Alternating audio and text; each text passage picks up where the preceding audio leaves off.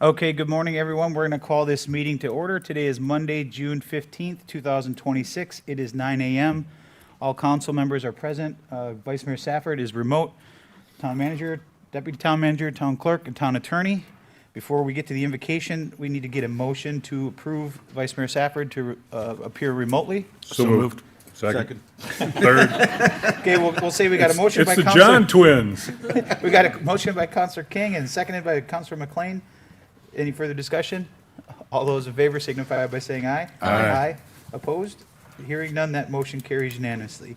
Next, we'll have the invocation followed by our newest town employee, Mr. Yazo, will lead us in the pledge of Rizzo.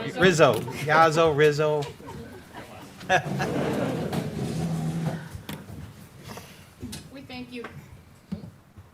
We thank you for this time and for this beautiful day. We ask to be blessed with wisdom as we discuss our strengths and our weaknesses.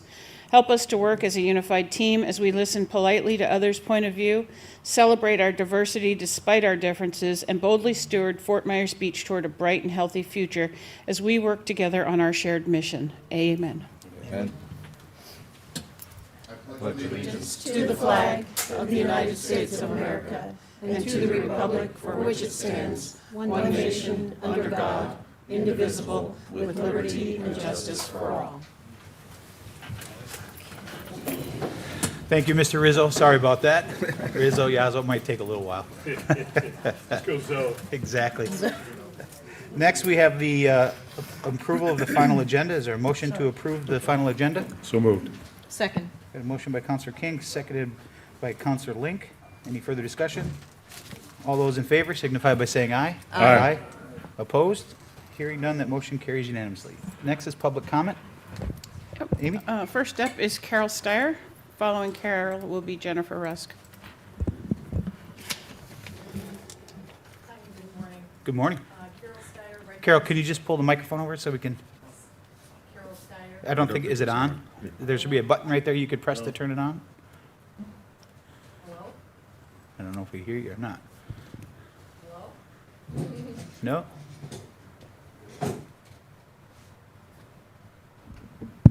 There we go. Right down the street here on Driftwood. I'm here to comment on the Recovery and Resilience Plan Community Open House and Survey. First, I can't help but wonder why this open house is being conducted when most residents are not here. As a full-time resident, I already know of 4 families just in the immediate area that will all be on vacation that week. Yes, there are visitors here, but a lot of the full-time residents are gone. I can't help but wonder if you're having it now to skew results to align more with London Bay and overdevelopment. Next, in my opinion, the results of the online survey can't be taken seriously anyway. There's no validation on being a resident. There's no validation for how many times you can submit the survey.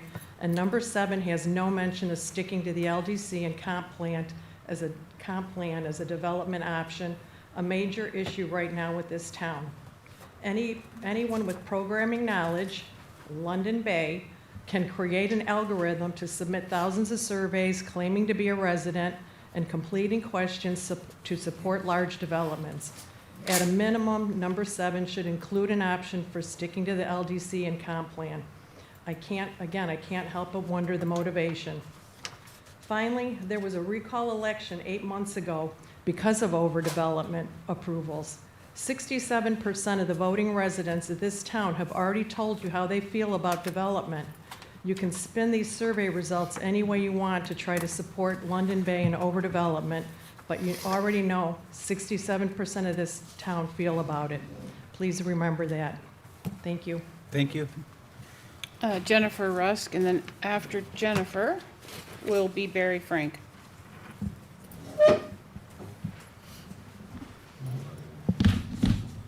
Good morning.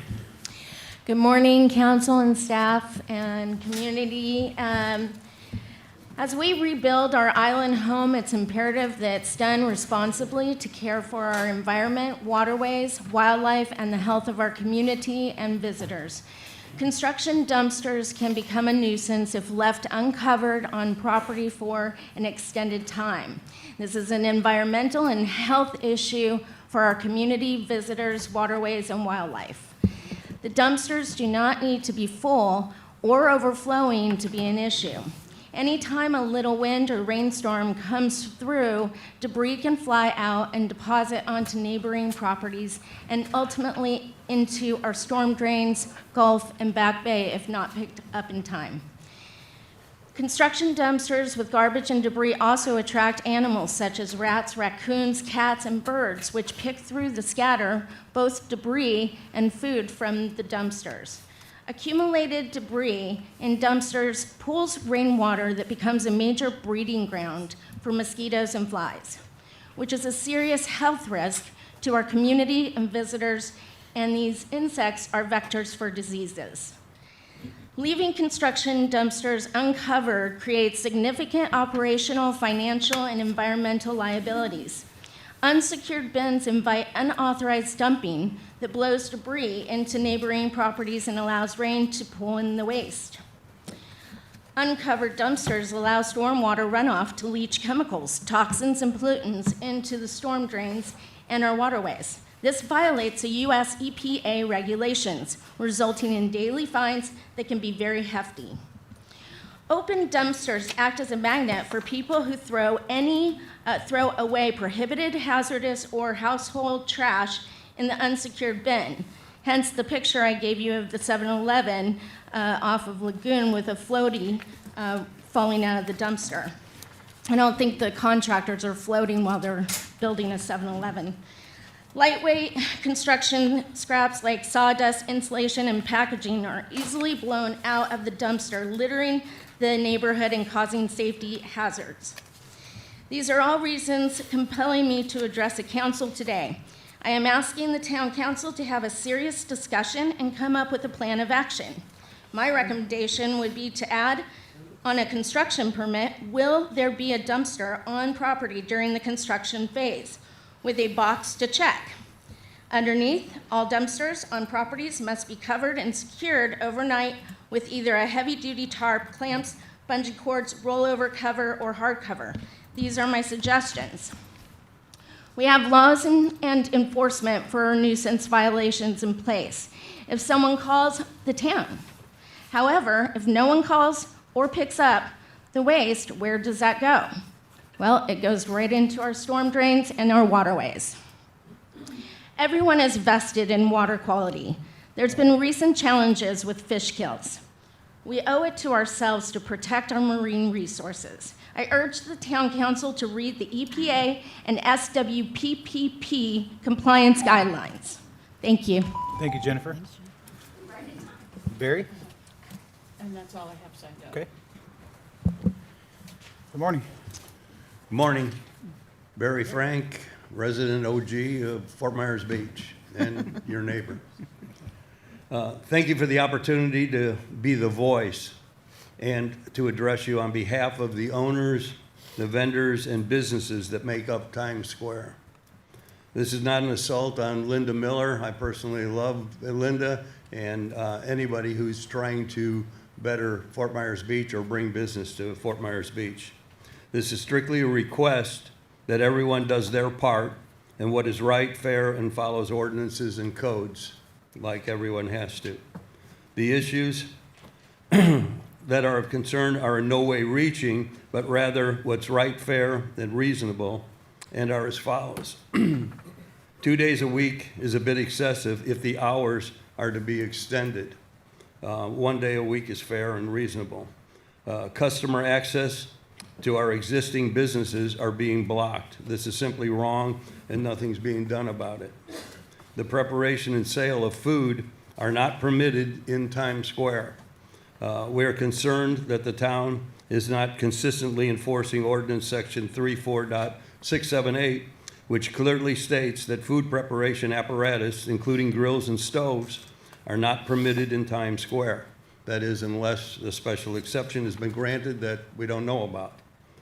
There will also be serious safety hazards with the start of construction of several of the businesses in Times Square beginning in July, next month, actually.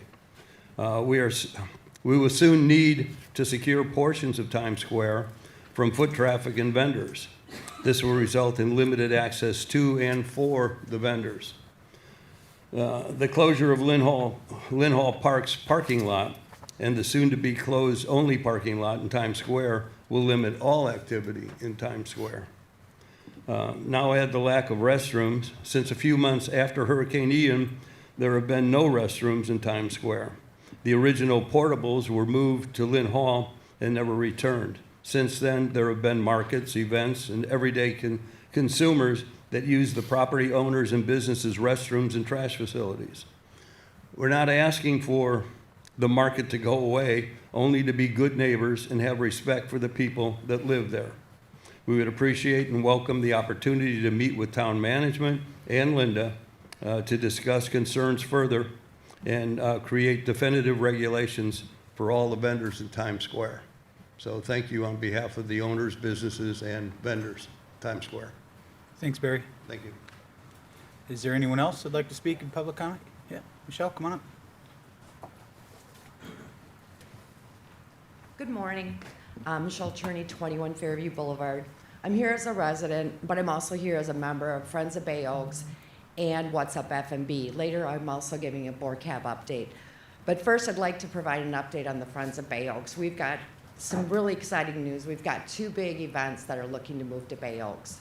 The first one's the Glow by the Gulf, which is through What's Up FMB, which is going to be February 2027. But the main reason I'm up here today is I'm representing the Shrimp Festival. The Lions Club is actually in a board meeting right now approving the move of the Shrimp Festival over to Bay Oaks. The Lions Club is a long-standing community event, and we need support from the town. The Friends of Bay Oak and What's Up FMB are working closely with them to figure out all the logistics. How are we going to move them from downtown into Bay Oaks? We've already said the downtown has got issues. You're probably asking, why are they looking to move? The number one reason is last year the cost of almost $30,000 to Lee County Sheriff's Department to block off the roads. They didn't make much money last year. So Bay Oaks is the great location.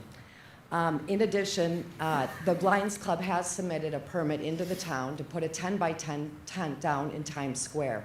We're going to need help rerouting everybody. It's been years, it's always been downtown. They're going to put volunteers downtown that will push the people into Bay Oaks. So we're looking for approval on that.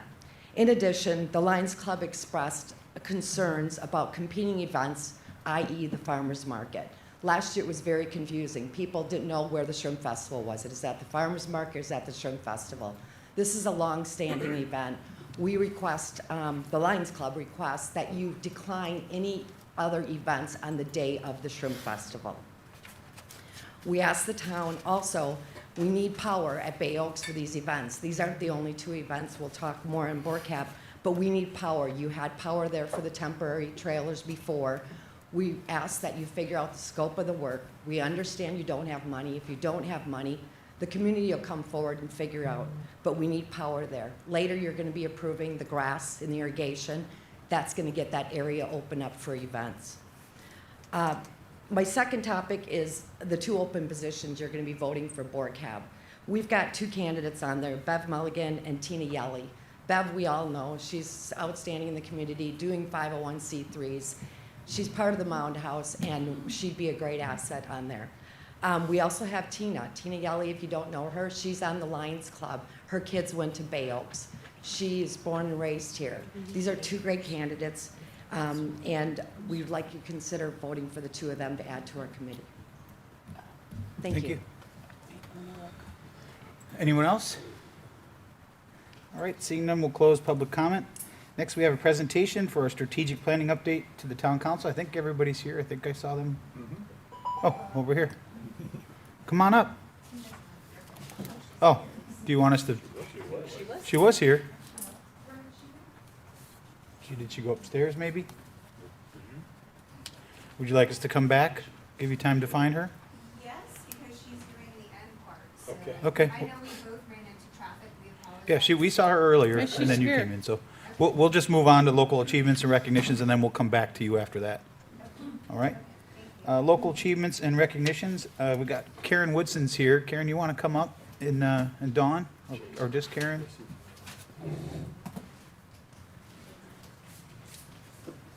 Good morning. I'm Karen Woodson, 820 3rd Street. I'm here this morning representing What's Up FMB. I'm Vice President, and I'm here with our illustrious leader, President Dawn Miller. So good morning, Mayor, council members, town staff. On behalf of What's Up FMB, thank you for allowing us a few moments today. As part of the Freedom by the Bay, which is a Veterans Appreciation Ceremony being presented in collaboration with the town of Fort Myers Beach, we have created a commemorative Fort Myers Beach Challenge coin that will be presented to veterans on the 4th of July. Because of his service as a veteran and his leadership in our community, we felt it was only fitting that town manager Will McKinney become the first recipient of our challenge coin. Will, thank you for your service to our country, your dedication to Fort Myers Beach, and your partnership in helping bring meaningful community events and programs to our island. We appreciate your leadership, your accessibility, and your commitment to making Fort Myers Beach a great place to live, work, and visit. It's our honor to present you with the first Freedom of the Bay Fort Myers Beach Challenge coin.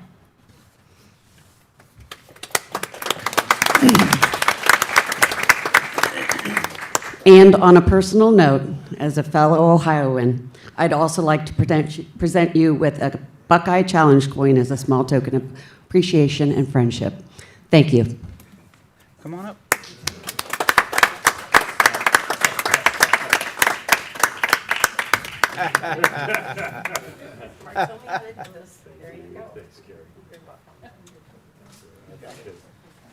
Thanks for all you guys do.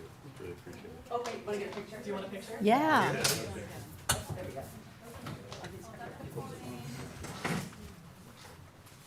Looks amazing. Smile. Oh, models. Well, maybe not Mike. She's always so kind to everyone. She's taking pictures of you. Exactly, you got his hair did.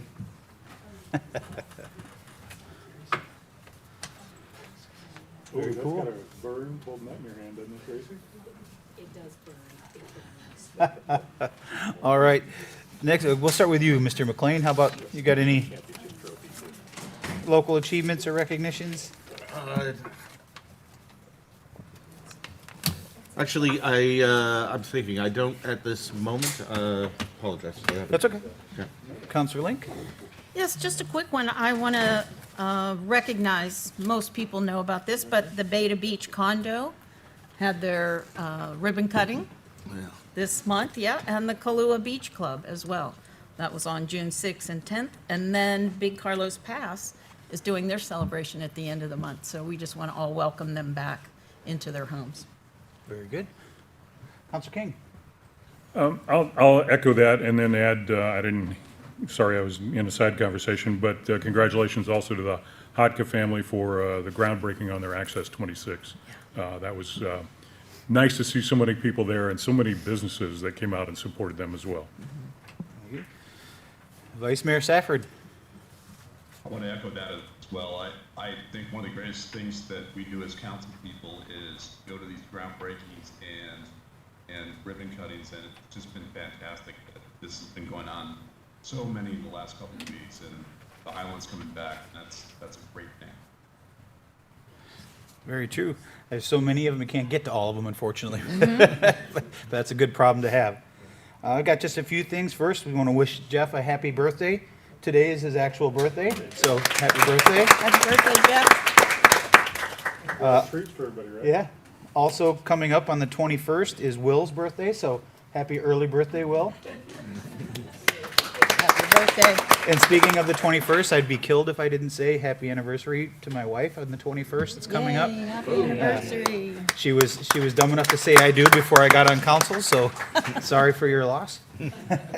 And then last but not least, congratulations to Abby for winning Florida's Miss Florida America.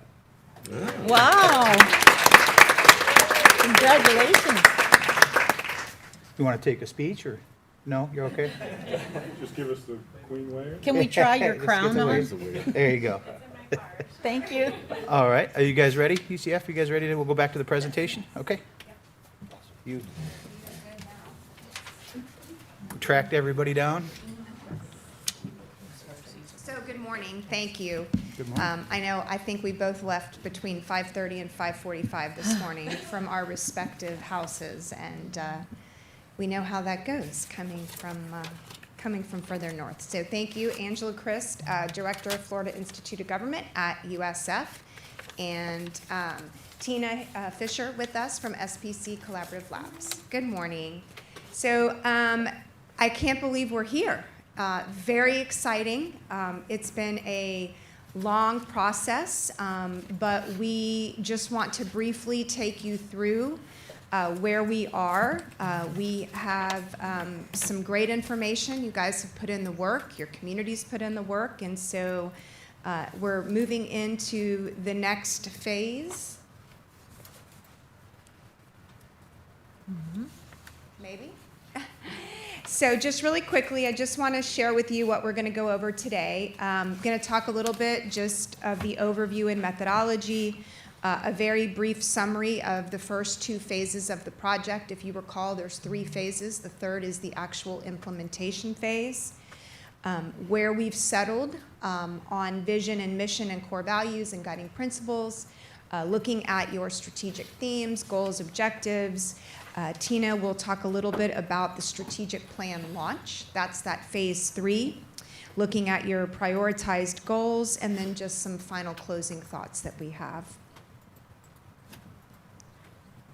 So I always like to start out with, I just think it's good as a foundation. When we started this process quite a while ago, I think it's been almost a year and a half now, we started with the foundation of the strategic plan framework, but also looking at some definitions. And so just like to kind of share those with you as a reminder in terms of the things that we were focused on, the outcomes that we wanted to get to. And so we are, if you look down, we are at that point of those action plans. And so that's really where the rubber hits the road, and this next phase is extremely important. But we did want to provide you with this diagram. You can see it's cyclical, and we have done such a wonderful job. We, and I say we because we have truly been your partners in this. It's been your community. It's been your input, your stakeholders, but we feel like we know your community and now are a part of it, so we appreciate that.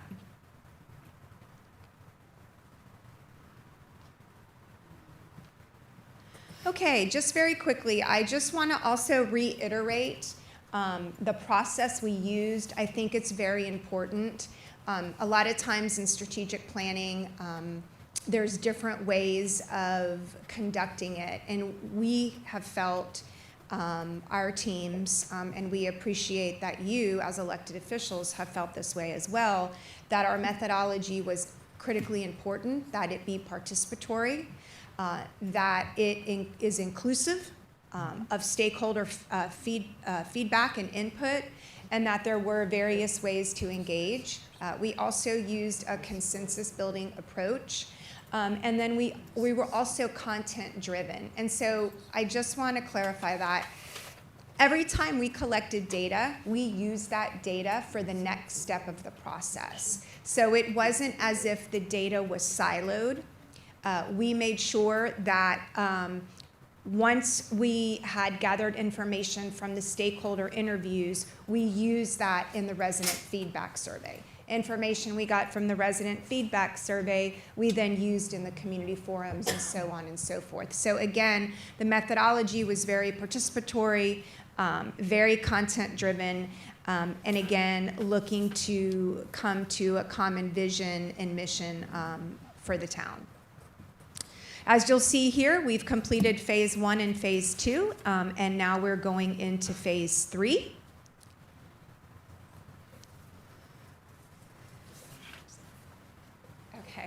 So just very briefly, what you were provided to, I guess last week maybe, was the community report. There's going to be 2 reports. You have the community report in front of you, which is a smaller report. Then, probably in the next week or two, you will have a full data report. And so that data report will include every single real-time record that we have completed, all the data, the resident survey, the employee survey. But what you have today is the community report going over all of this. So I don't want to dive too deeply into this, but this is really just a friendly reminder. Again, for phase 1 and phase 2, information is still on the website. We held the stakeholder interviews. We had a kickoff with you guys. We had a resident survey. We had the first community forum. We started to see some key strategic emerging themes that began to rise as we conducted Community Forum 2. We engaged your employees through a survey as well as through an employee forum. We met with all of you for Leadership Forum 1. Leadership Forum 2, we spent a lot of time with Will and his leadership staff and Tracy, and really were able to flesh out from your direction some concrete goals and objectives. Next slide, please. So here's where we settled. And again, this is your vision for your town, a thriving, eclectic coastal community where you can safely live, prosper, and enjoy island life. Your mission, the town of Fort Myers Beach serves and protects our coastal community by fostering safety, sustainability, and economic vitality. Well done. I'm not going to read through all of these. You can obviously see them. But again, these core values came through all of the data we collected along with your guidance. And so these are those non-negotiable behaviors that you as elected officials, that your community members, that your employees, this is something that you all will hopefully follow. And it's stewardship, accountability, mutual respect and civility, transparency, preservation, and resiliency.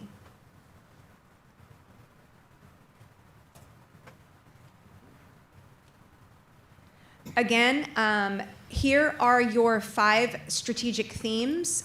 You ended up with 18 goals and 44 objectives. And within those 5 strategic themes, infrastructure, leadership, communications, community and economic development, and then environmental sustainability.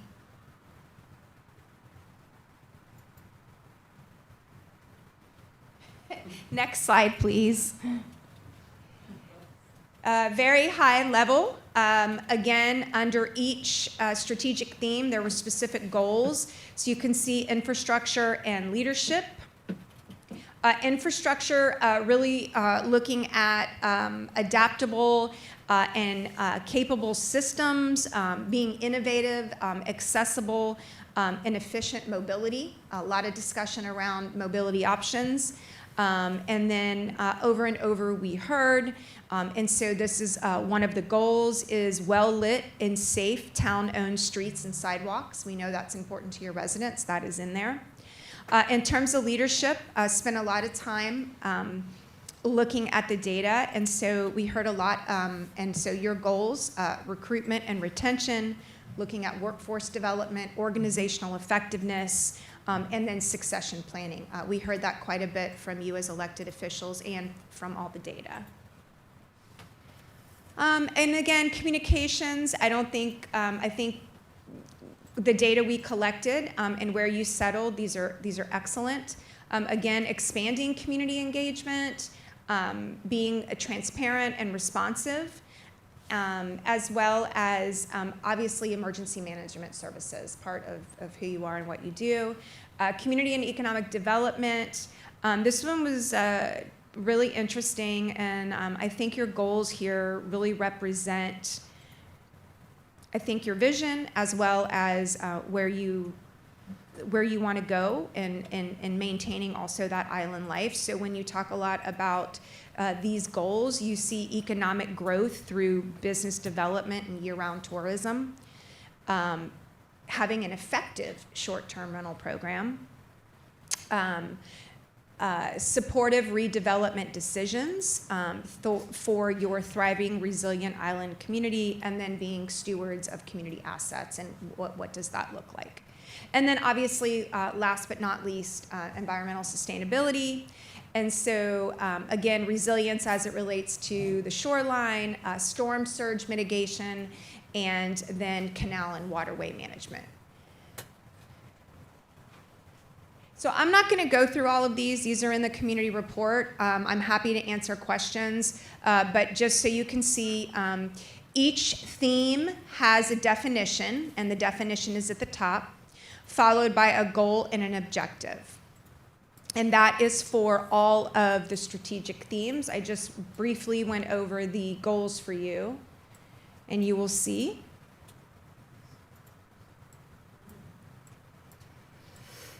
So community and economic development, and the last one, environmental sustainability. So that is where we are right now in the process. I'm going to turn it over to Tina, and she's going to talk a little bit about phase 3. So first, before we do that, I really want to say thank you to all the residents that participated. Couldn't have done it without you, and also to all of you. And so give yourselves a round of applause. This was a heavy lift, really a heavy lift. So great job. But now the hard work really begins. And Tina's gonna work with you through the implementation. Yes. Thank you, Angela. Tina Fisher, Collaborative Labs at St. Pete College. I want to reiterate what Angela was saying. Thank you all for those of you who participated in the process, whether it was a survey, a community focus group, any of the convenings that you came to observe and participate in, and for reading the information on the strategic planning website. This was an incredible process, and I'm excited for the next stage. This is where the rubber meets the road. This is implementation.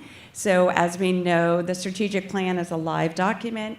As we move forward, we are focused on the goals that were prioritized. So let me see. Next slide, please. There we go. All right, so we are entering phase 3. So this is where we launch the strategic plan. So we now, Town of Fort Myers Beach, you have a strategic plan that's super exciting. So now it's time to get to work and develop our action plan fully so we can make sure we're starting to collect the data, start working towards our goals, and showing our success metrics. So the first thing is in implementation planning is structure. So best structure and systems to organize and support our work. So we want to make sure that we're tracking our data accurately, that we start with baseline of data so we know where we're starting from, so we can show that we have leveled up and improved.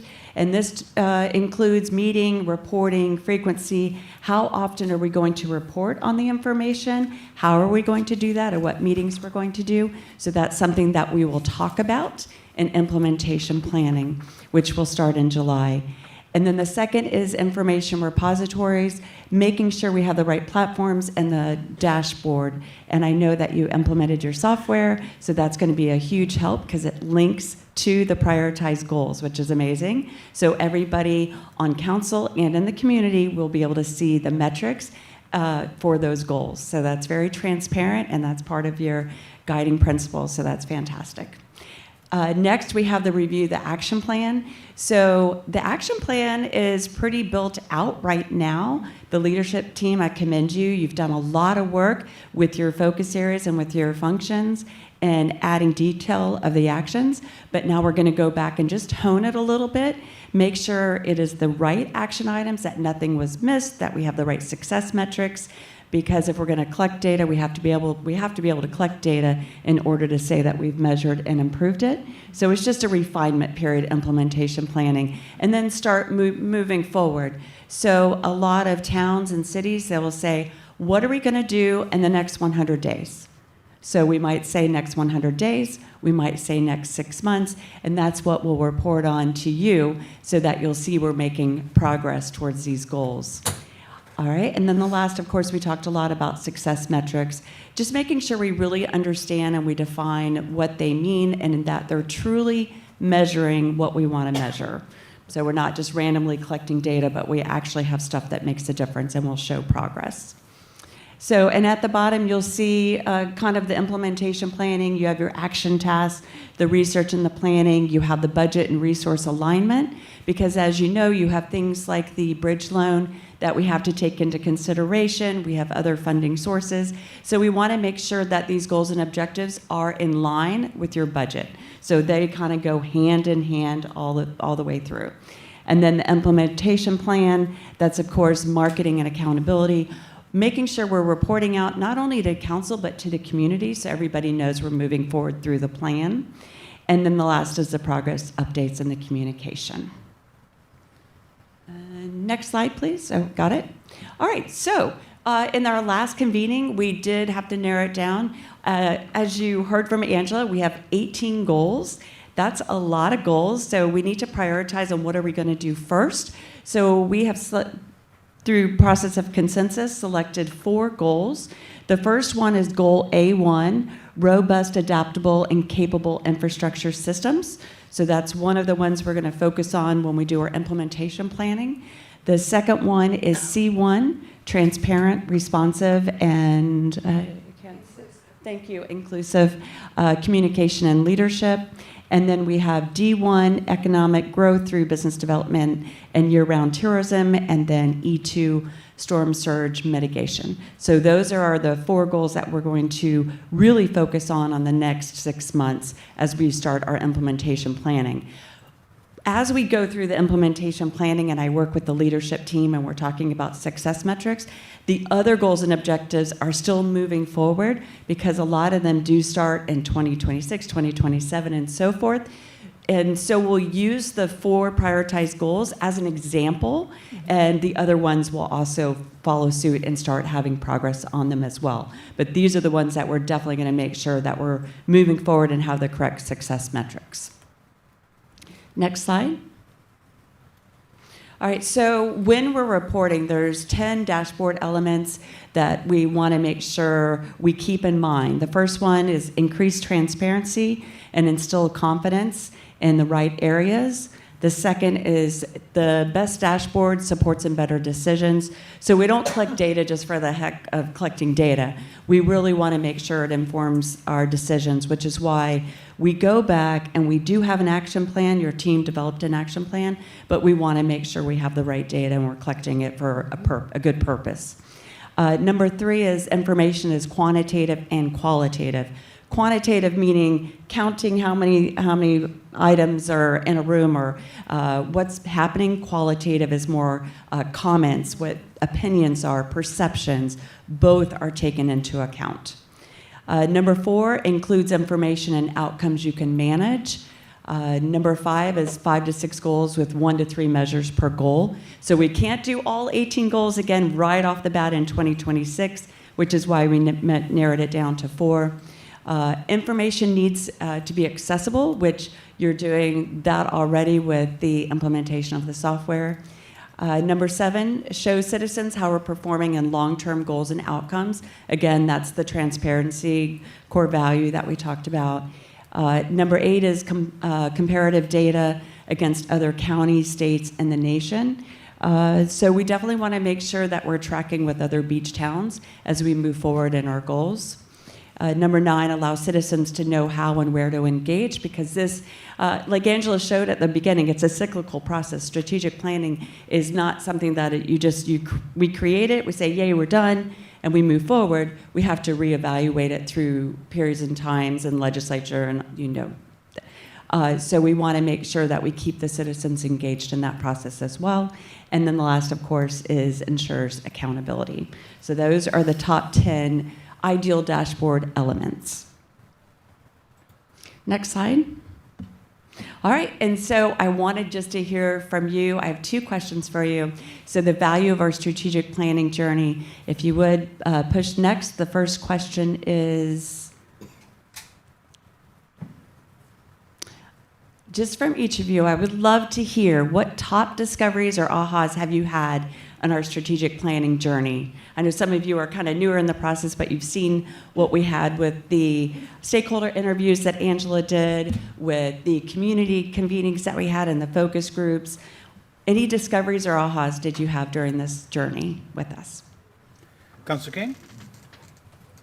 I would just say the whole process. It was interesting and fascinating to be part of all of it. So, and thank you for your time and both your efforts for being here. Appreciate it. Thank you. Councilor Link? I would have to agree. So Angela, I don't have any ahas. Our community is pretty vocal, and those of us here on the, Mayor's laughing. But these are things we know, we hear them, and we thank you for helping us bring this together. So I'm not sure I have an aha moment, just an appreciation that we are moving in this direction. Vocal means passion. This is passion. I have passion on this one, and I think our community's going to like seeing what we're doing. Yes. Councilor McLean? I think the biggest aha moment was the fact that through a pretty rigorous process, I think we actually really nailed the vision across the community. I really think, I'm almost surprised that the rigor didn't, I don't know, didn't somehow make it too narrow and focus it. And in fact, instead, it seemed like it was the vision and mission especially were things that I think will guide the community very, very well.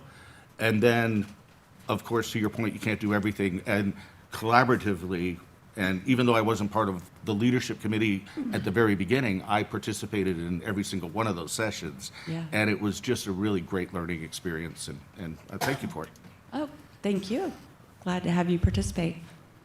Vice Mayor Safford?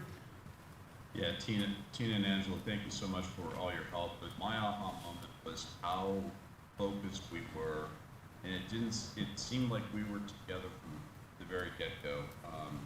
And I think a lot of it had to do with Big H work, but I think we're all on the same path. And it was, I thought it was going to be a lot more difficult, but it came together so well. And I want to thank you guys. Thank you. Yeah, I echo what everybody else has said. I guess for me, the aha moment was after years and years and years, it seems like, of storms and comp plans and strategic planning, the aha moment was, oh, we're almost to the end. No, I'm just kidding. The big aha moment, I think, for me was one of the last meetings when the community was able to see that there's going to be a dashboard that they can follow along, that it's not going to be just the council that will be, holding staff accountable to achieve these goals, but they'll be able to follow along in real time as well and help everybody stay accountable for what was a lot of time and effort put in by, the council, the staff, the Yes. community, you, Angela. So thank you for this. You all have a phenomenal leadership team. This is one of the best teams, and Angela, I think you would agree, we've had this conversation, that we've ever worked with town leadership. So thank you to your dedication to your town, for the insights, your expertise, and your experience. You bring a lot to the town, and I think it shows when you see the action plan, all the details that went into it, for sure. All right, hit next again. I have the last question here. So we have a strategic plan now. So I'm curious about what benefits you see, because I know it's one of those things sometimes we say, check the box, we did a strategic plan, but it's so much more than that. So I just want to see from your perspective, what are the benefits of having a strategic plan, to have gone through this process, taken this time, spent the money, and now you have this goals, these vision, mission. Scott, we'll start with you. Maybe. Scott, you there? He's speaking, but we can't hear He's him. speaking, but I hear him. can't hear him. Yeah, can you hear me now? Now Yes. we can, yeah. Okay. Thank you. Echoing what you said, Mr. Mayor, we have that dashboard. In a lot of these strategic plans, a lot of planning and corporations, you just do this plan, you stick it on the shelf. But I honestly think with our leadership team, we're going to be looking quarterly at how we're doing. So I think it's great that this strategic plan is actually going to be an action plan. And that's my biggest takeaway from this. I'm looking forward to hitting these goals, hitting these visions, and moving forward. Councilor McLean? Yeah, so I think the biggest benefit is that it is going to guide all of the activities that occur from our town staff, as well as how we as council view the initiatives that are required. I know that when we were doing Will's review, and hence, quite frankly, it's the entire staff review, the areas that I put down, at least, as part of the initiatives that he could focus from, came exactly word for word from the strategic plan work that we had done and the major initiatives and goals that we had identified. And I think that consistently implemented throughout the town and being measurable and being a cyclical process that continues to build will really help govern the activity, the actions, and our focus points.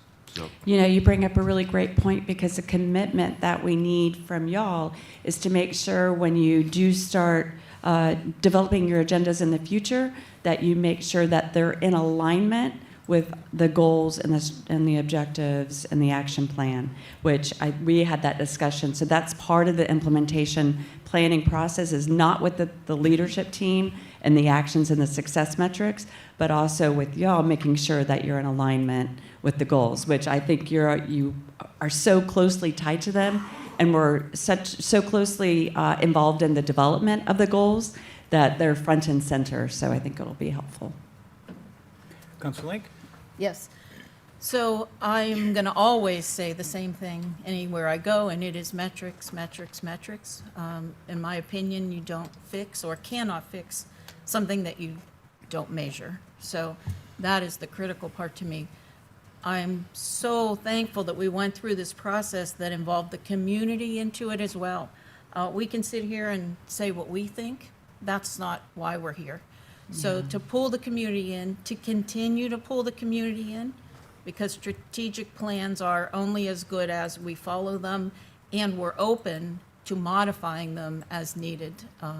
Didn't our life change on September of 2022? So having it be a living document, having everyone come together and determine what we should focus on, and then decide to measure it, that doesn't mean we're not going to work on things that aren't in the plan, but everyone can and should know that these are our areas of focus, and you helped us choose them.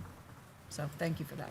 Thank you. And to the point of the metrics, I also want to put this out there. Implementation planning and the metrics is a collaborative process. So as we develop these success metrics and you review them, you can say, yay, this is telling the story, or I need more information. So it's going to be a give and take, and it's going to be a transformative process as far as what's on the dashboard. Because what we think we're going to start collecting at the beginning to match the action items may transform as we realize, hey, that's not really telling the true story. We need to collect something else, or we need to collect something in addition to. So thank you in advance for your patience and understanding as we work together to figure out what these exact success metrics are. I would like to add one thing to that, if you Yeah. don't mind, Angela, and I've told this to Will and Tracy before, and thank them for all their help in this, is that as a counselor, I will always support funding that helps us do our measuring better. That happens behind the scenes. It's a painful thing to spend money on things that you can't see in the public, but I will always support those decisions if they are helping us do the things we've committed to do. So I just wanted to put that out there. Sometimes we're going to be measuring things and we're going to be doing it by hand or by spreadsheet. The more we can integrate that so that it's not a cumbersome task is going to get better and better. That doesn't happen overnight. Yeah, that's true. And the leadership team there, when we were meeting with them last for the leadership forum and we were articulating the final parts of the action plan and the metrics, their wheels were turning. They're like, oh, we can collect data here, or we can use AI here. So they were already, they're tracking with you. Yeah, thank you. Advanced digital tools. Advanced agentic tools, yes. Councilor King? I guess I would ditto what Vice Mayor Safford had to say. I'll mention a couple folks that aren't part of the process anymore, but helped get it underway. Karen Woodson and Andy Hyatt, they both had a passion around this.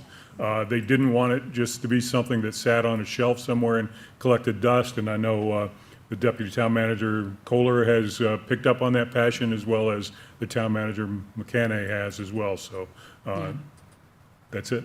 All right. Yeah, I'll just mirror that. I think that, the top benefit is that, what you just said, John, that everybody's kind of going in the same direction. Everybody wants this to be not just a plan, but an action item that everybody in the community could follow along and ensure that it's getting done. It's actually something that you could point to and say, this is getting done or it's not getting done. Here's where we've got to improve to make sure that these goals are getting achieved. So I know my former colleague, Vice Mayor Adderholt, was not a huge fan of the process and going through it. but again, he was one also that was involved in getting us to this Yeah. point. So thank you, Tina and Angela, for your work. Yeah, This absolutely. could change his mind. I don't know about It could change that. his mind, you never know. I don't know. People are I surprised. think what will change his mind is if it actually gets implemented and actually gets used and it doesn't just sit on a shelf somewhere. So that was Yes. the big key takeaway. The last announcement, and I already shared with y'all, but maybe you might have not heard this, but our visual illustrations, the full color that you'll see on the website, we are presenting those to you. We have a couple more tweaks to make, but there are 4 visual illustrations that represent the process from beginning to end from our illustrator, Jonathan. So coming in July, I'll be able to hand that to y'all. So I'm looking forward to that. Great. All right, Angela, last slide. I think we have one last slide, yes. Just like to always end on quotes. And so I just thought that these were very apropos for this process. And so stay committed to your decisions, but stay flexible in your approach. It's the end you're after. And I think that is so telling for this process that we've been through and we've heard. And then the last one is write your goals in concrete and your plans in sand. So it has been a pleasure. I am still around. I am still part of it, but she is taking you through the implementation. Yes, we are a tag team. So any questions, we're happy. But again, very pleased. I hope you are as well with where you are at this stage. So. All right. A round of applause. Yes, great job. Well, thank you, ladies, and have a safe trip back across the pond. All right, next is our advisory committee items, reports, and appointments. Our first item is an appointment of the members to the fiscal year 26 Anchorage Advisory Committee. There are 4 open seats, and, well, 2 people applying for 4 open seats. Is there? Oh, I've got 4 boxes. That's probably why I said that. Oh, don't scare me with the form. Scott, do you have your sheet, or how do you want to have Scott do it? Just announce it? Or Yes. Is that how you want me to do it? That's Yeah. however you want to do it. you have the names in front of you, so you know? I do, sir. Okay. That's right. Secret.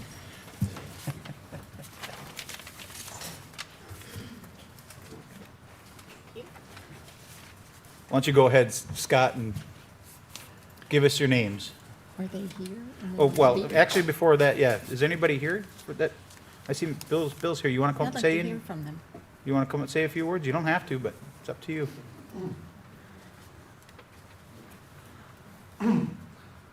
Thank you, council. Bill Green, I live Mid-Island, part of the Holiday Heights neighborhood, Williams Drive area. I'm a Navy veteran. Last 15 years, I've been Chief Development Officer of a maritime services company that supports the Navy, NOAA, and the EPA. We have about 80 boat captains, have a lot of experience with the marine environment. Interestingly enough, we do permitting for NOAA for the Florida Keys.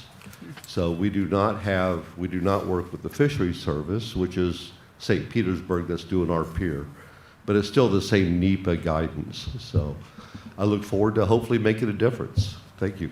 Thanks, Bill. Let's see. Scott. Go ahead, Scott. I'll look for Dan O'Leary and Bill Green. Very good. Okay. John McLean, excuse me, sorry, Dan O'Leary and Bill Green. Mayor Allers is Dan O'Leary and Bill Green. Councilmember Link is Dan O'Leary and Bill Green. And Councilmember John King is Dan O'Leary and Bill Green. So that's 5 votes for each Dan O'Leary and Bill Green. Okay. Council, is that, John, is that your vote? It is. Counselor Link? Yes. Counselor King? Yes. Scott, you said yours, so I assume mine is as well. You want a motion then, also, obviously? Is there a motion to approve Mr. O'Leary and Mr. Green to the AAC? And As appoint. the liaison Appoint. for the AAC, I want to welcome these 2 fine examples of volunteerism to our advisory committee. Well done. Second. Okay, motion by Counselor McLean, seconded by Counselor King. Any further discussion? Just thank you for willing to step forward and be a part of this. Thanks, Bill. All right, there's no other discussion. All those in favor signify by saying aye. Aye. Opposed? Hearing none, that motion carries unanimously. Next, we have an appointment for the fiscal year Bay Oaks Recreational Board Cab Committee. There's 2 open seats and 3 members of the community that have offered to step up. Scott, you want to make your selection? Oh, can we hear from them? Thank you, Beth. Sorry. No, that's great, yeah. Anyone want to come up and say anything? I see I think all 3 of you are here, right? Is Tina here? I didn't see. Good morning. Good morning. Happy birthday, Jeff. Marcia Skasny. I live on Andre Marr. I'm volunteering to join the board because I have a 12-year-old son, and we don't have a whole lot of representation for the younger families. And if we want to try to draw the younger families, I think we need to have more implementation at Bay Oaks. Right now, we have a lot of people that represent the older population, but I think we need to have somebody that's has a child that grew up here, went to beach school. He's now at Sanibel, staying with the island life. But I think Bay Oaks has the potential to draw more children, and you guys fighting for the school, I think they go hand in hand. So, Thank you. Oh, Bev, you want to say anything?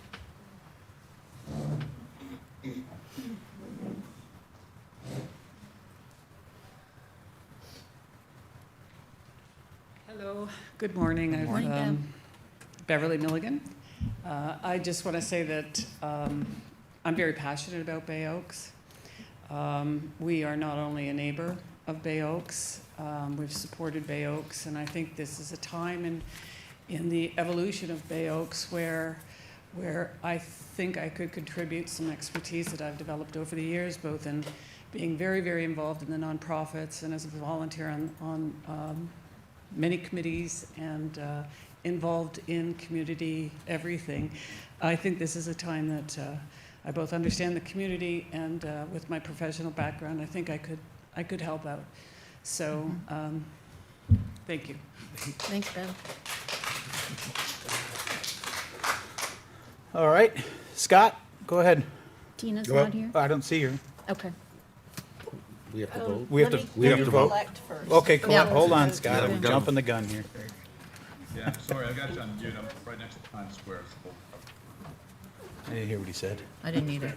Can't help you on that one. He's right beside Times Square, so it's noisy. Oh, got it. Oh, okay. Okay, Scott can go first. Go ahead, Scott. I vote for Bev Milligan And who? and Tina Yell. Okay. Tina. Okay.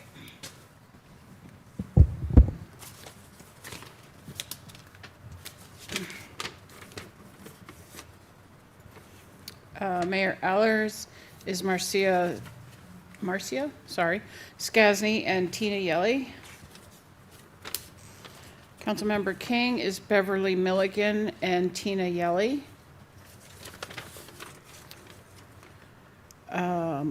Councilmember Link, Marcia Skasny and Tina Yelly.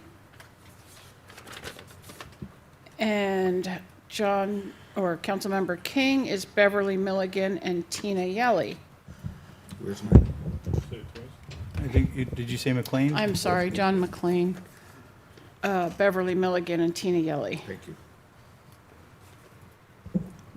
I said everybody's votes, correct? Correct. Yeah, Okay. is that correct? Okay, so with 5 votes is Tina Yelly, And then we have a tie, or no, we don't. I'm sorry, I can't see that. No. Beverly No. Milligan with 3 votes.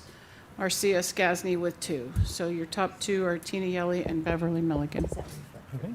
Does that reflect your votes? Scott, does that reflect your vote? Yes, it does. Counselor McLean? Yes. Counselor Link? Yes. Counselor King? Yes. And I'm an aye as well. Is there a motion to approve Tina Yelly and Beverly Milligan to the BORCAB committee? So moved. A motion by Counselor King, Second. seconded by Counselor McLean. Any further discussion? All those in favor signify by saying aye. Aye. Opposed? Hearing none, that motion carries unanimously. Congratulations. All right, next we have fine Jennifer. candidates. What's that? 3 fine candidates. Absolutely. Next, we have two advisory committees here. First, we got Jennifer Rusk giving a report for MRF. Come on up, Jennifer.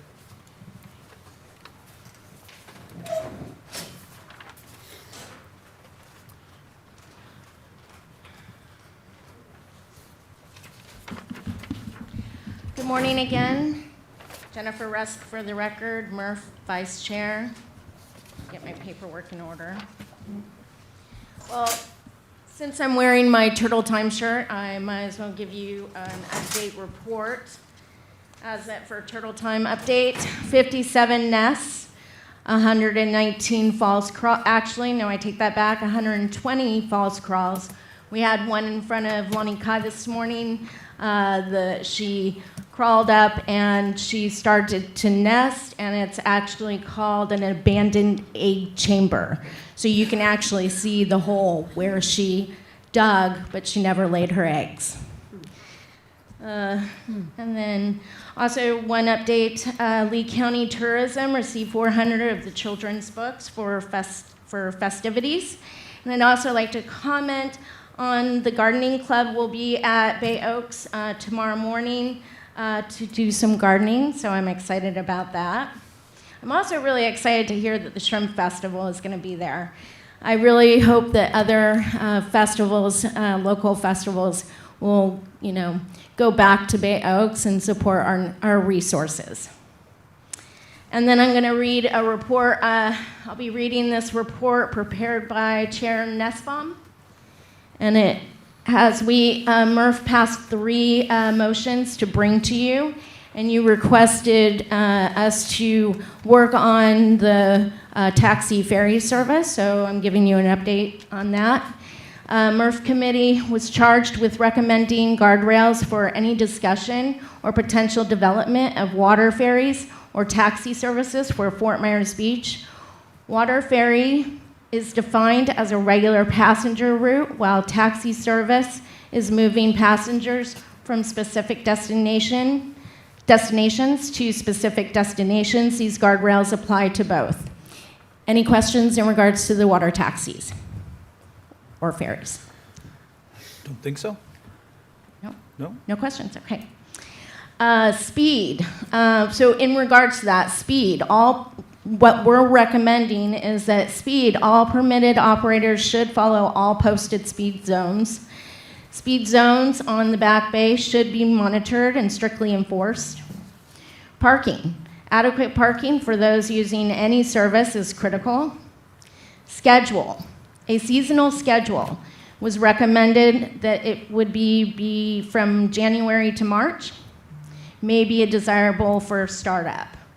Northern taxi/ferry services may wish to transfer assets for the season.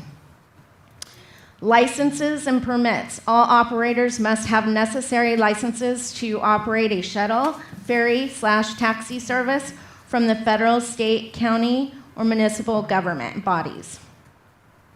Any questions? All good? Thank you. I'll move on to the second motion.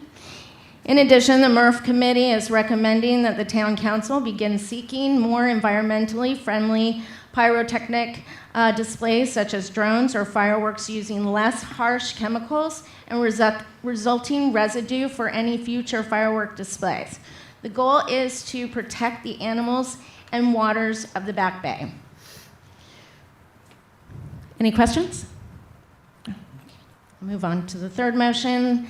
The MRF committee is also requesting the town council ask the town staff to be more vigilant in identifying and enforcing regulations, specifically those keeping job sites clear of debris. This includes open-air dumpsters, which attract insects, rats, and allows garbage to be thrown by the winds. Any questions?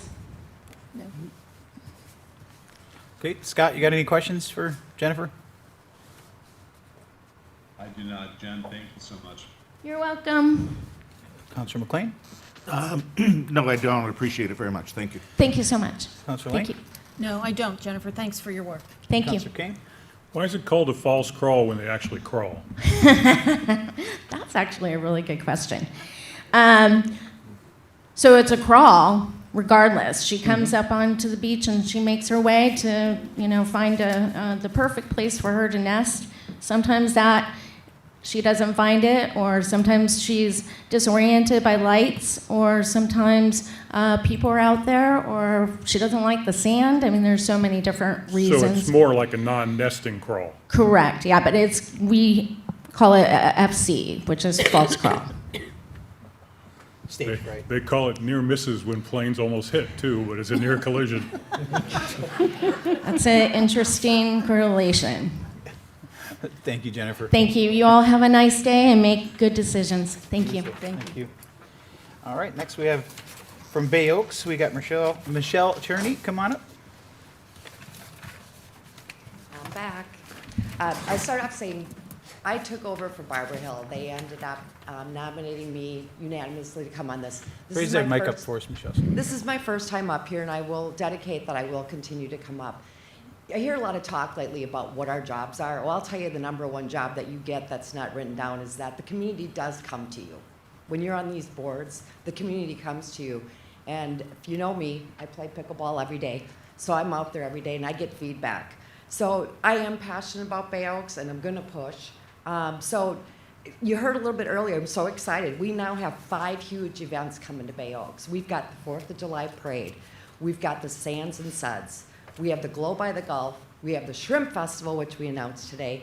And we're working on pickleball tournaments, leagues, different things. There's so many events coming to that island. It's gonna increase awareness. It's still crazy. I still get people going, I've never heard of Bay Oaks. Where is it? And it's getting the word out where we are. These events are gonna bring residents to our island. And now it's time to work on the next steps. In the last group meeting, we put out a strategic plan, which each individually, everybody gave input from the community. And I'm here to kind of talk about some of that feedback that came back. We have so much potential out there. Thank you, we're getting the grass and the irrigation. That is gonna be huge out there, that's the first step. I talked about the power earlier. We've got the original power, they need power. The Bay Oaks, the wellness, for example, if you attended the last one, there was booths that couldn't do it. They've got big electric massage chairs they need to plug in. We need power, period. I think nobody will disagree with that. We've got Joy reported, the landscaping. That's great, we got grass. That baseball diamond looks like $1 million. Does everybody agree? Yeah. Why can't we put that resources into the rest of the park? Pull the weeds, plant the grass. There's a big area that's got all that landscaping rock. Use the resources and clean up the rest of the areas. The Lions Club brought to my attention, they've got volunteers. They've got them through the school. The schools are required, the kids are now required to do volunteer work. They can throw a bunch of them at us. So if we can't do it with our sources, there's volunteers, and I know the community would jump in and help clean it up. But it needs to be cleaned up. We've got the repaving. I know money's an issue. These are the things that, as a group, if we can agree on what needs to be done, if the town doesn't have the funding, when you're going through your budgeting right now, tell us what you got funded and tell us what we don't have funded. We'll raise the money. Friends of Bay Oaks is gonna come behind there. I'm gonna bring this up again. This is the number one, there's a theme going on here. Increase revenue, increase awareness, increase revenue. We get revenue, we have money to pay for the expenses. This FOB system, I'm here, I've been told, they figured out how to work it, and it's illegal. Nancy, I'm here to challenge you. What is it going to take to get a fob system so that people can go in that facility after hours? I don't think it's illegal. I have not really heard of it, but I will get with staff and find out where it is, and we'll bring it back to you. Okay. That will not only drive memberships up, it will bring people into the facility. We have a lot of people that are working. They still work. We're not all retired. They want to get in that gym in the morning. They don't want to go off island, and you can do it at all the other gyms. So I know staff's got the quotes for it. You can get it in the back access. That is like a huge win. People, I'm telling you, you'll get more thank yous if you just get that fob system and let people use that gym. The pickleball courts. We have got, through Friends of Bay Oaks, they have got a volunteer that will give us 4 additional courts paid for. It's been on staff's report. Location, where we're gonna put it, we don't know. Are we gonna get the school, are we not gonna get the school? That's a huge donation. And we've got more donations that'll continue to come through. The pool design. So we've challenged out, we took each of us individually, went with staff to the pool. If you know John, John Dusler knows pools inside and out.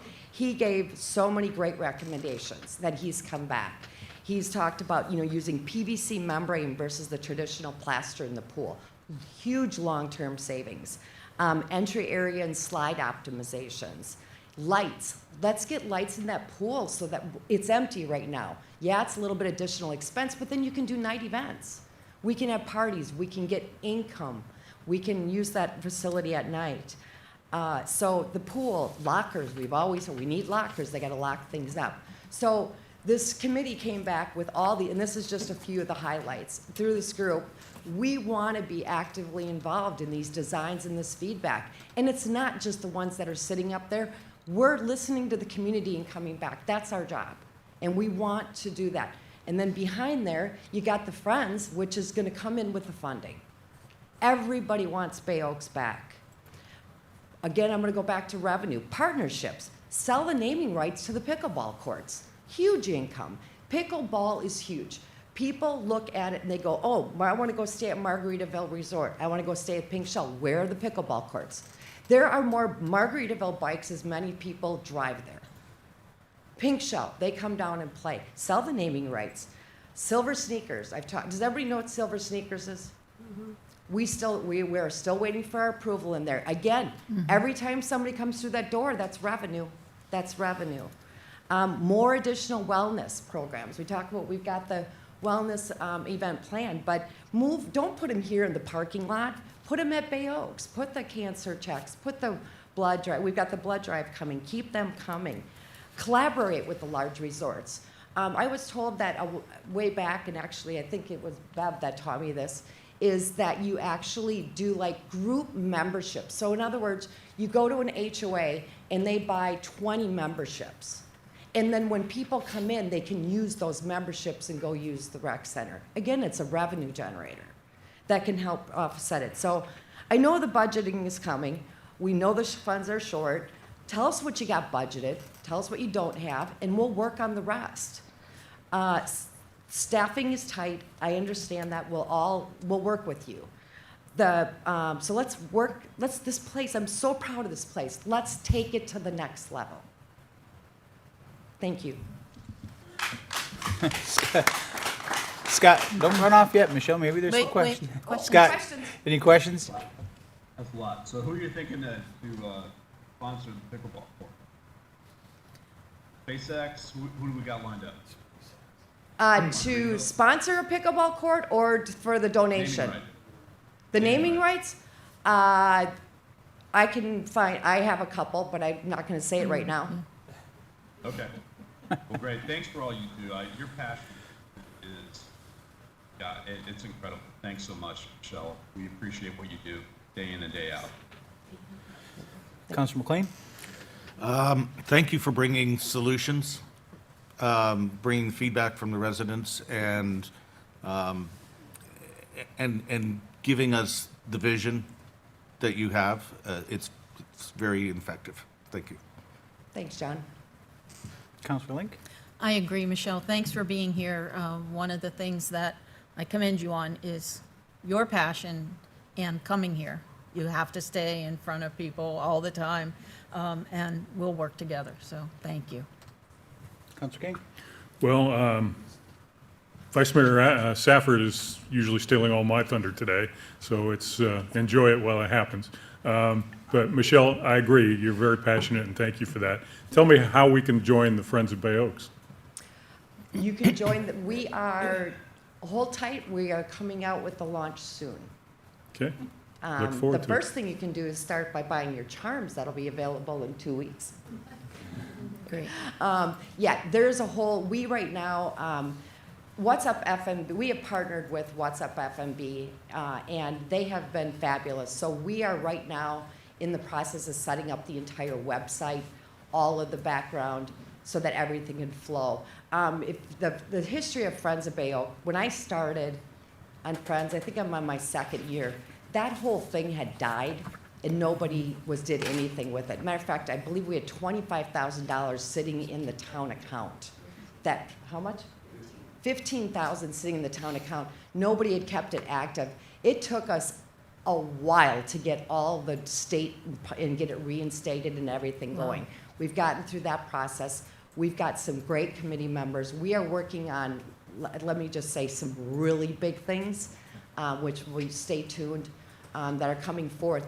They're all focused on raising funds for Bay Oaks. I look forward to the opportunity to join. Thank you. Yes. Michelle, what everybody said, I mean, you and everyone on that committee has, you know, your passion obviously shows. I got my start in public service on that same committee, so, or on the same board, so I share the same passion. It's sad, but it's encouraging to see that although the comments are still there, that people don't know that it's there, that there's now money that's coming through with CDBGR to help us get the pool and things going back in the parks, but also having the passion that everybody is bringing to that board.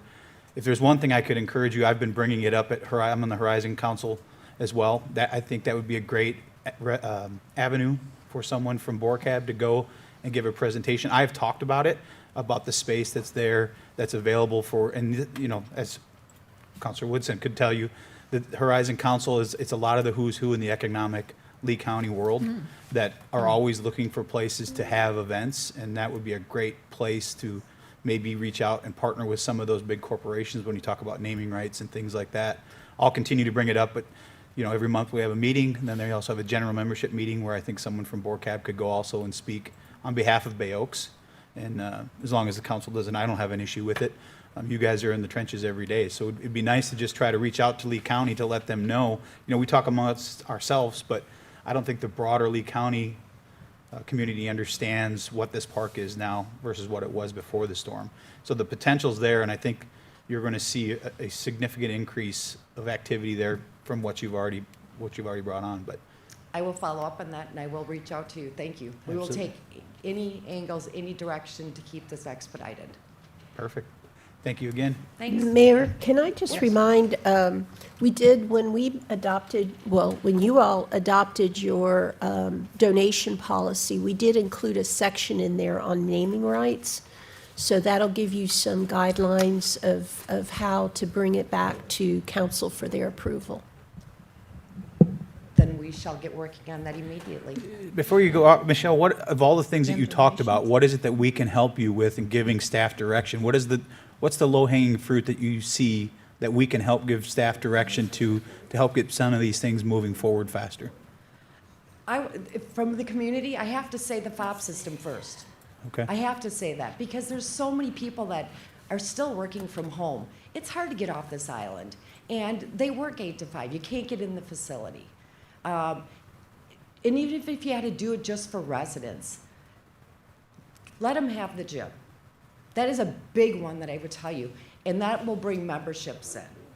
The second one is it's just not approachable. It looks terrible. I mean, I understand we're going to get all the grass there and get that done, but if we took one volunteer day and everybody brought a plant, we got 100 people and went through. Look at the entrance. I challenge you. Look at the entranceway where the gym is. When you come in, it looks terrible.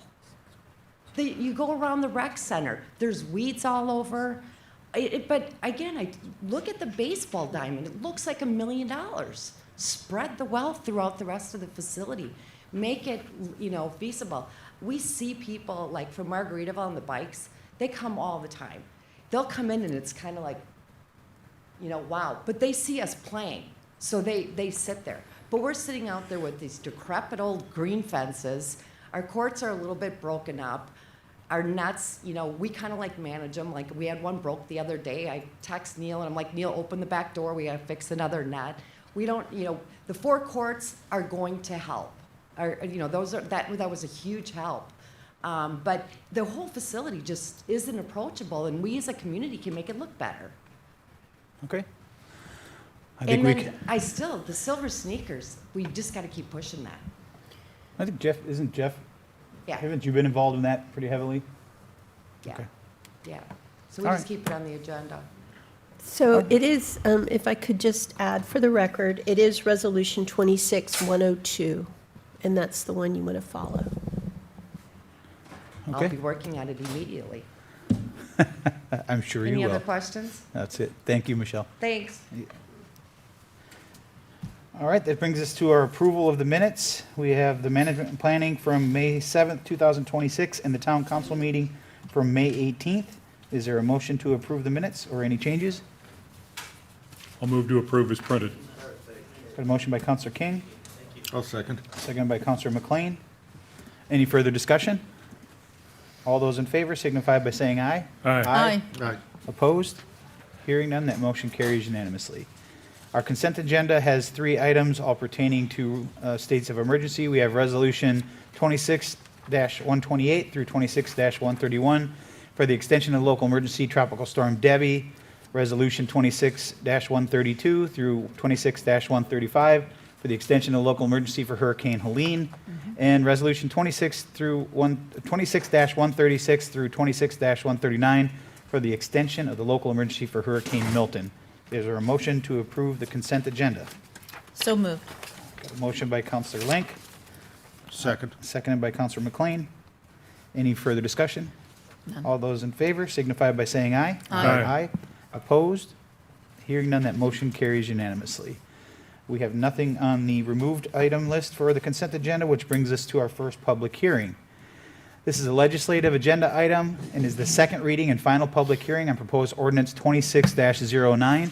This is an ordinance of the town of Fort Myers Beach, Florida, amending Article 3, Division 3, Section 34-638 of the Land Development Code, creating a new exception to minimum setback requirements, reducing minimum setbacks to accommodate new Florida power and light requirements for platforms to locate and provide service to elevated electric meters, providing criteria and conditions for the permitted electric meter equipment and associated platform, access stairways and related structures, providing for clarifications as necessary, providing for conflicts of law, scrivener's errors, severability, and providing for an effective date. Jason? Good morning. Good morning. Nancy, do we need to get sworn in? I don't. No, we are legislative. Legislative. We are not Perfect. quasi-judicial right now. Thank you very much. I appreciate that. Okay. So again, my name is Jason Smalley. I'm the senior planner for the town. Before you today is the second reading of the FP&L amendments to the existing code. Just to reiterate what was going on here, this was brought to you by staff. We had noticed that FP&L had been demanding some access. They're not explicit about what type of access, but generally they want some sort of elevated platform so that the meters, which are going to be elevated above the base flood elevation, can be accessed by their meter readers and their staff without having to climb up a set of ladders or something else provided by the actual employees. So this request here today would allow for an additional 3.5 feet into the side or rear setbacks. That would be in addition to the minimum required setbacks for the house. And so this protrusion would allow for an additional 3.5 feet into that setback on the side and the rear, just to accommodate the new platforms that are being requested by FP&L. If you'll remember, after the last meeting, there was some discussions about some scrivener's errors, which were dealt with in the code language, and there was some requests by the council specifically to disallow for entryways into these elevated platforms. So staff has gone back and added that language to specifically disallow any entrances into the home, current or in the future, to help tamp down any fears that this may eventually become additional habitable or usable space on the side of the house. Staff is here for any questions or concerns that you may have. Okay. Councilor King, any questions for Jason? Nothing. Councilor Link? I do, and it's regarding the entryway. I'm concerned, I see homes where they do have an entryway because it makes it serviceable and it makes it easier and less dangerous.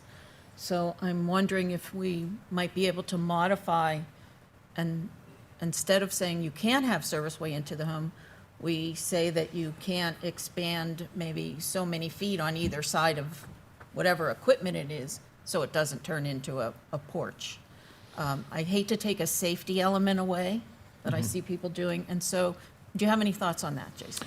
So right now, they're allowed an additional 3.5 feet into there. I think the discussion was largely about what it could evolve into after the fact. Personally, in my opinion, I don't think that there was much good idea brought up about how that might be integrated into the existing home. It's really just there as sort of an add-on thing.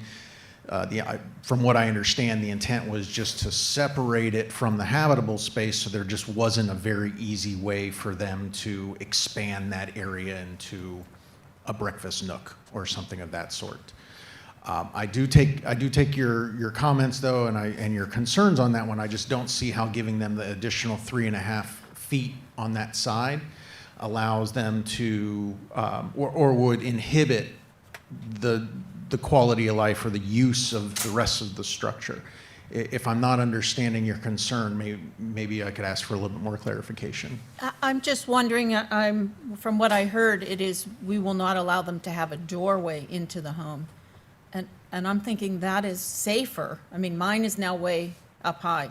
So it's safer for my AC guy. He goes out the door, he checks some Freon, he comes in. That's a lot safer than where my swale is and how he would have to have a ladder, and I'd be down there thinking about my insurance. So I'm just second guessing, do we want to say you cannot have a door? I tend to like that, and I'm wondering if I'm missing something there. I think the reality is that most of the time these things are done on the repairs need to be done on an emergency basis, and I would think most people probably wouldn't be sitting around waiting for an FP&L. The FP&L really needs access in an emergency situation directly from outside the house. So I do take your point as far as safety getting out there. FP&L's safety measures, from what I understand, are addressed by having this platform out there rather than How you get to it. Right, exactly. Thanks, that answers my questions. Of course. Councilor McLean? I actually appreciate the language that you added to address the access and expanding the uses, if you will, or the potential to expand the uses. I just have a question about, we have some homes that have 7.5 foot setbacks.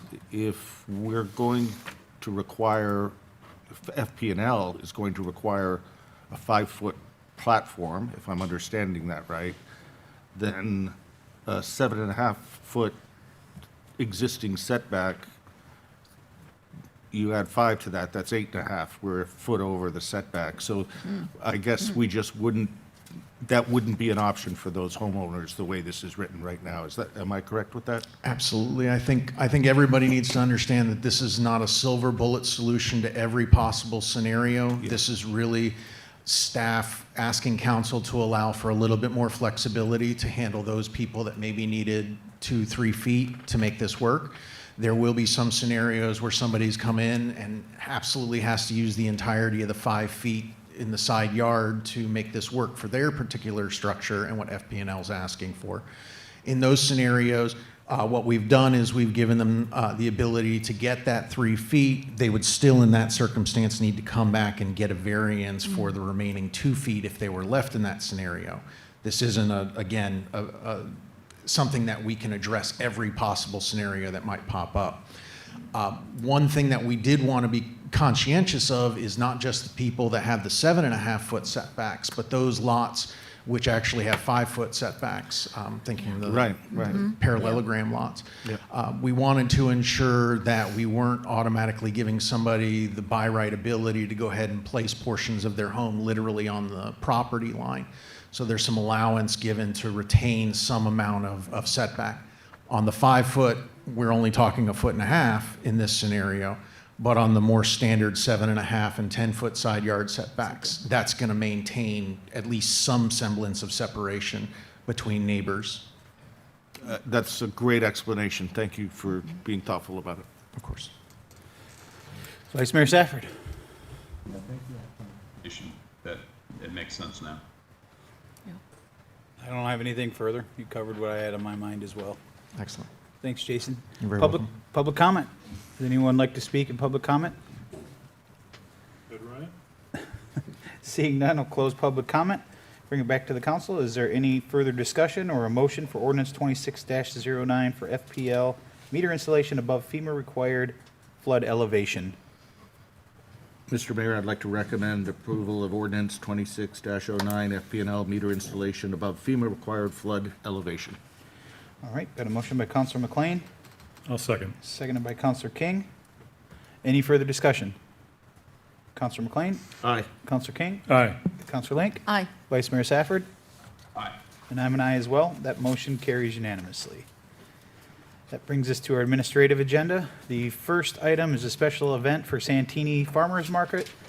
This is a request for approval of a special event for Santini Farmers Market to be held every Sunday, Tuesday, and Thursday from October 2026 through May 2027 at Santini Marina Plaza located at 7205 Estero Boulevard from 9 a.m. to 1 p.m. as requested by Linda Miller of Shop Local Productions, including approximately 42 vendor spaces featuring produce, baked goods, food trucks, arts, crafts, boutique goods, and other local retail vendors, subject to further approval by the Fort Myers Beach Fire Control District and Lee County Sheriff's Office.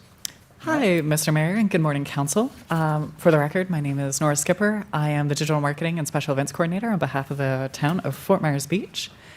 So before you today, I do not believe, is Linda Miller here today? She's behind you. So the applicant is here if you would like to ask any particular questions from them. But before you, we've been trying to, there's been many applications for this, so we've been trying to coalesce and all the requested dates into one application, which is before you today. So if you have any questions, obviously I would love to be available to answer them, but if you'd like to ask questions of the applicant as well, you're more than free to do so. The question I have for you, Nora, is have you heard from any of the property owners or the renters in Santini Plaza as opposed to food trucks or some of these other things interfering with their business? We heard public comment earlier, obviously, about the Times Square area. Have you heard any concerns from the retailers in Santini Plaza about this? I have not in particular heard anything from the businesses in Santini. I know generally there are letters of approval from the owners of Santini. In terms of the businesses, I've not heard any criticisms or concerns as of now. I can speak to that, Mr. Mayor. It says, yes, we have received comments from some of the business owners down there on occasions. And myself and the community development director and the emergency services director, and when those conflicts have happened, we've reached out to the Millers. We've reached out to theirs. And to my knowledge, and Frankie, you can correct me if I'm wrong, each time it was addressed and it was, deconflicted. And in regards to other things that were mentioned this morning, with food preparation down there on site that was referred to this morning, that's a fire district ordinance. Regardless, the fire district is part of the permit approval process for each one of these that goes through. So unless you have any other questions for me on those issues. Have any of the conflicts that you mentioned reoccurred, or have they been? Has it been a one-off thing and it's been fixed, or do they rear their ugly heads over and over again? They do come up. They came up numerous times this last season, but to my knowledge, each time. Go ahead, Frankie. Yeah, Frankie will step up, but each time that I had either Tom or Frankie respond down there, there was either no conflict observed, or it was immediately addressed by the event sponsors. Good morning, Council. Frankie Kirkpatrick, Community Development Director. Yes, as you know, when we started this process 3 years ago, I tried to get down there every Friday to make sure that the Millers are okay and everything's happening Get fine. down where, Frankie? I'm sorry, down to the Times Square area. We're talking Santini Oh. Plaza. This is here. Santini. Yeah, yes, it says Santini? I'm sorry. I was referring Okay. to the next, hold my Okay, comments. yeah, to the I'm next one. specifically talking Santini about Plaza, Santini I would Yeah, say Santini, no. we have not had We've had none. any problems to my knowledge, and Okay. I've gone Yeah. down there, walked it My myself mistake. many No, times. that's okay. You had me So, yes. concerned there for a second. Wait a minute. No, no, that's no. the first I've heard of it. I scared, Okay. I think I scared Linda too. Yeah. No issues, no conflict issues with Santini, no. Okay, that's no. all that's the only questions I had. Councilor Thank you. King, any questions for Nora? Nothing. Councilor Link? No. Councilor McLean? I'm good, thank you. Vice Mayor Safford? No, I'm good, thank you. Okay. Linda, you want to come up and say a few words? Please, if you'd like. Or answer any questions you may have? It's a pleasure, really. It's better than an email. Hey. Gotta move up Linda- by the mic there. Sorry, Linda Miller. You want a brief introduction? Yeah, might as well, for those that may not Okay. know who you are. Yeah, for everybody that's new and all those out there. I don't like the limelight. I keep my head low. I worked for Home Depot, and you did too for a long time, but I keep my head low. I don't complain. I have numerous complaints that me and my husband complain about, but we don't bring the ugly head to your busy life. We have been running weekly, multi-day farmers markets since 2014 on Fort Myers Beach. We were displaced heavily from the hurricanes. We had 4 days a week prior to the hurricanes. They were all running great. We have, we're probably the only, except for the chamber, we are probably the only entity that brings more people to Fort Myers Beach than anybody except for maybe the chamber because of our daily, weekly, monthly advertising. We reached a peak this year. I sent Dan a screenshot. We did 849,000 views on Facebook in 1 month, and another 500,000 on Instagram in 1 month, and that was in, I think, February or March. That is bringing tourism to Fort Myers Beach. That is benefiting every single hotel. That is benefiting every single restaurant, every single shop. It is benefiting the real estate market. We are bringing with this advertising, and it's costly, and it's time consuming, but with this advertising, we are bringing people to Times Square, even though it has a broken down pier. A lot of the shops, several shops were closed after the hurricane and not reopened, and there are vendors with us now. So those people, displaced shop owners, are with us, like the Island Jewel, Gilliana Designs. Before the hurricane, we had Francesco's Pizza was a vendor, and he had a shop right in Santini. And he was so smart that he realized that he could sell pastries and meatball subs that he was well known for at the market and cover his rent at his store just with the markets, and at a very affordable rate.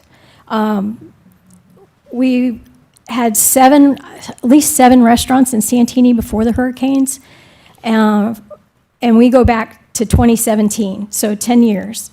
And before the hurricanes, not one single complaint at Santini Plaza, ever, even from the restaurants.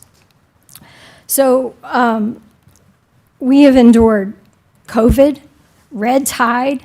You see my wrinkly arms? That's from sun damage, from being out in the weather and the elements all the time. We are dedicated to procuring the most curated vendors out there.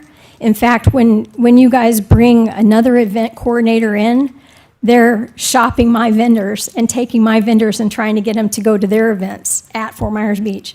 And our vendors will say, no, I'm not going there. We like Linda's management.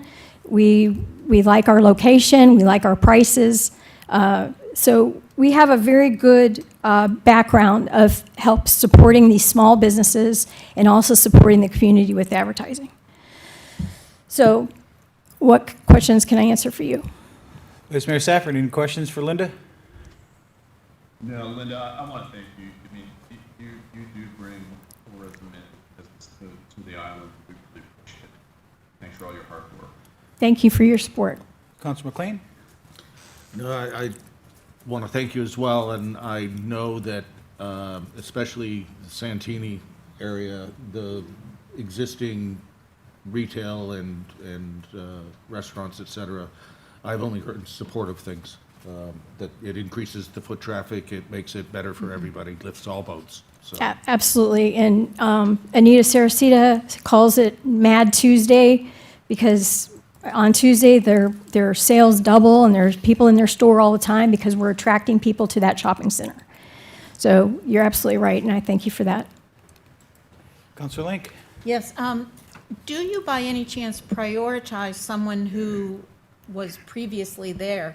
I love the story about the gentleman who's doing sub meatballs. He already had a place in Santini, and now he's, so he's still there. He's not taking away from himself. He would be there. Well, he has retired. Okay. He's 6 months before the hurricane. Luckily for him, he sold. And he lives in Tennessee now. We still stay in touch. But yeah, wonderful success story. Al Durrett was running Santini Plaza. The first thing Frankie did was he went up to Al and complained about the prices. Like, Linda raised the prices of the farmer's market, and I can't do it. And Al said, you do what she tells you to do. You do what she tells you to do. And Frankie was the first one to pay, because he made good money out there. And it supported his business, and it was good advertising to bring people to his store. Perfect. Thank you. Councilor King? I just would say that being at the extreme south end of the island, you can't get any further extreme south than me. It's a pleasure to go there and be part of the crowd. It's always entertaining to drive by, and I love seeing the people there. So thank you. Thank you, John King. Only question I have is, can you grease the palms of Frankie and maybe get him to give us that tuna sub recipe he had? Because that was really good. Yeah, I can work on that. All right, I'm just kidding. Thank you. Thanks, Linda. All right. Any other questions for Linda? Is there a motion for the special event for Santini Farmers Market? I'll go ahead and move that, Mayor. I'll second it. Motion by Councilor King, seconded by Councilor McLean. Any further discussion? Councilor King? Aye. Councilor McLean? Or, I'm sorry, Councilor Link? Aye. Councilor McLean? Aye. And Vice Mayor Safford? Aye. And I'm an aye as well. That motion carries unanimously. Next is the seeking approval of a special event for the Fort Myers Beach Market to be held every Friday and Saturday from October 2026 through May 2027 at Times Square, located at 1000 Estero Boulevard, from 9 a.m. to 2 p.m. as requested by Linda Miller of Shop Local Productions, including approximately 42 vendor spaces featuring artisan crafts, boutique merchandise, handmade goods, specialty retail items, local art, and other locally sourced products, along with event setup, operations, and breakdown subject to further approval by the Fort Myers Beach Fire Control District and the Lee County Sheriff's Office. Nora? Thank you, Mr. Mayor, and long time no see. So with the Fort Myers Beach Market, Town Council on the 1st of June approved Danielle Lynch of Blue Ribbon Productions, who has some overlapping dates with that currently written in your motion. Those dates that were approved at the previous Town Council that overlap with this application is December 19th, January 23rd, and April 17th. Additionally, I wanted you to be aware of, and we heard this previously in the council, that the Fort Myers Beach Lions Club on the Shrimp Fest, although they submitted their application later than Linda Miller, does have an overlapping date on the 3/13, which would also impact the Shrimp Fest in terms of their request to have some booths, and their application, we're still working on the details of it, but their request of Times Square from 9 to 5. So obviously I leave that to your direction, but if you have any further questions for me, in terms of the comments, we heard them from the wonderful town manager, as well as some people here. I leave that to your consideration. But that are the only details I have for you today. I've had no concerns from fire or LCSO as of this moment with the Times Square market. Vice Mayor Safford, any questions for Nora? So I'm a little confused now. I understand Shrimp Fest, but Nora, it seemed to me that you're saying that Shrimp Fest wants Times Square, but earlier in the council meeting, it was brought up that they don't want competition. Which one is it? Yes, so basically they did not want the competition, so they submitted a separate special event permit to request Times Square on the 13th. They submitted that, they gave some details for a single booth and an attempt to request the Times Square be open, right, to prevent certain vendors or keep the space open for their availability while they plan Shrimp Fest throughout the year for the 2027 season. They submitted that to me, I believe, about a month ago, around 45 days ago. Linda Miller did put her application in first. There is no direction in the ordinance of priorities. I just wanted to council to have the full information available. More of a competition than they want to make. I'm sorry, I didn't hear Scott, that you got to directly. speak a little louder. Yeah, I'm sorry. So it's a competition thing. What exactly does Shrimp Fest want to do with Times Square area during Shrimp Fest? They just don't want anything there. They want it at Bay Oaks. Yes, so they are applying specifically for some parking spaces for 8 hours. They're requesting from 9 to 5. And if I view their map here, they're requesting one professionally staffed 10 by 10 booth, festival information and guest assistance, distribution of maps, schedules, and information. And it attempts to, they're trying to sell merchandise and other promotional item sales on behalf of Shrimp Fest to raise money. So it seems like it's a single 10 by 10 tent. And in my discussions with Tina Yell of the Lions Club, it appears that they had some issues with the previous market before.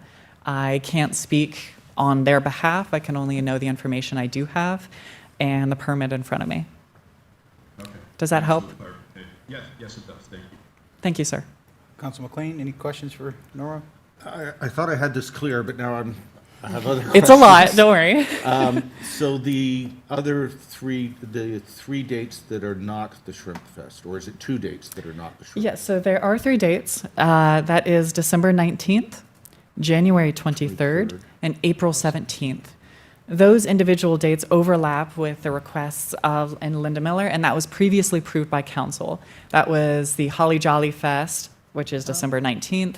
That was the Mermaid Fest on April 17th, and it was the Festival of the Arts, January 23rd. So those were 3 previously approved events separately when we had that call with Danielle Lynch. So, And those, that, they're in the same location. We're talking about the Times Square. Times Square, correct. Okay, so there's actually a physical conflict with those 3 dates. Correct. And then, if I've got this correct, the Shrimp Fest request is, from what I think we heard earlier today, was more of the moving Shrimp Fest from the downtown district to Bay Oaks. It's going to draw an awful lot of visitors, and they want to be able to direct them to the new location is the critical ask here, I believe. That is what I understand, yes. And I think what I heard previously was that it wasn't so much a conflict of competition, it was more a conflict of being clearly able to direct the visitors and residents to the new location. Is that what you had heard? That is correct. I think that's a fair way to say it, Fair absolutely. characteristic? Okay. I think I'm clear now. Thank you. Councilor Link? Yeah, so I just want to clear up your clarity. They also did want to sell merchandise, though, is that correct? Yes, so. And what's the date of the Shrimp Festival? March 13th. Is that the 3/13 one? Yes, that is 3/13. That is March 13th, and the 14th is for their request, but the overlap is only the 13th. Okay. It's a lot of dates, so I appreciate your It is, patience. no, I think I have them here. Yeah, I think I have what I need, Nora. Counselor King? Well, I guess I'm not clear because I don't understand why they'd be in conflict or, it seems to me one booth, if you're bringing more people to that area, you can then steer them to the area you want to go to. I don't know why that would be an issue between either one of them. I think it'd be healthy for both of them to be there, but I guess I'm not seeing the problem, I guess. Yeah, so we process these in the order they are received. So that might be the miscommunication there in terms of my understanding. In terms of that order, it was Danielle Lynch. Now we're discussing Linda Miller. And later on, I'm sure council is more than happy to And I'm view the speaking, Shrimp I'm Fest. sorry, specifically of Shrimp Fest. Yes. Can't they just coexist there? I believe so, but that would be up to the applicant. I have two separate, I can maybe coordinate them and ask them to share information and discuss to see if that would be amenable. But this is what I have in front of me.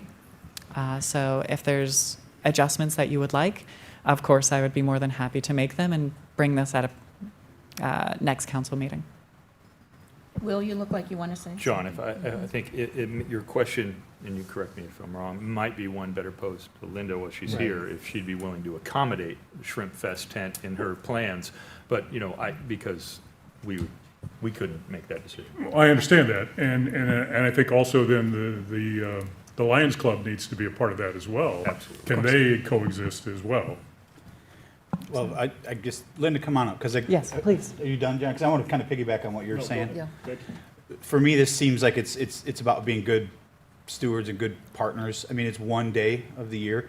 Yes, you've been here a long time. The Shrimp Fest has been going on for a much longer time.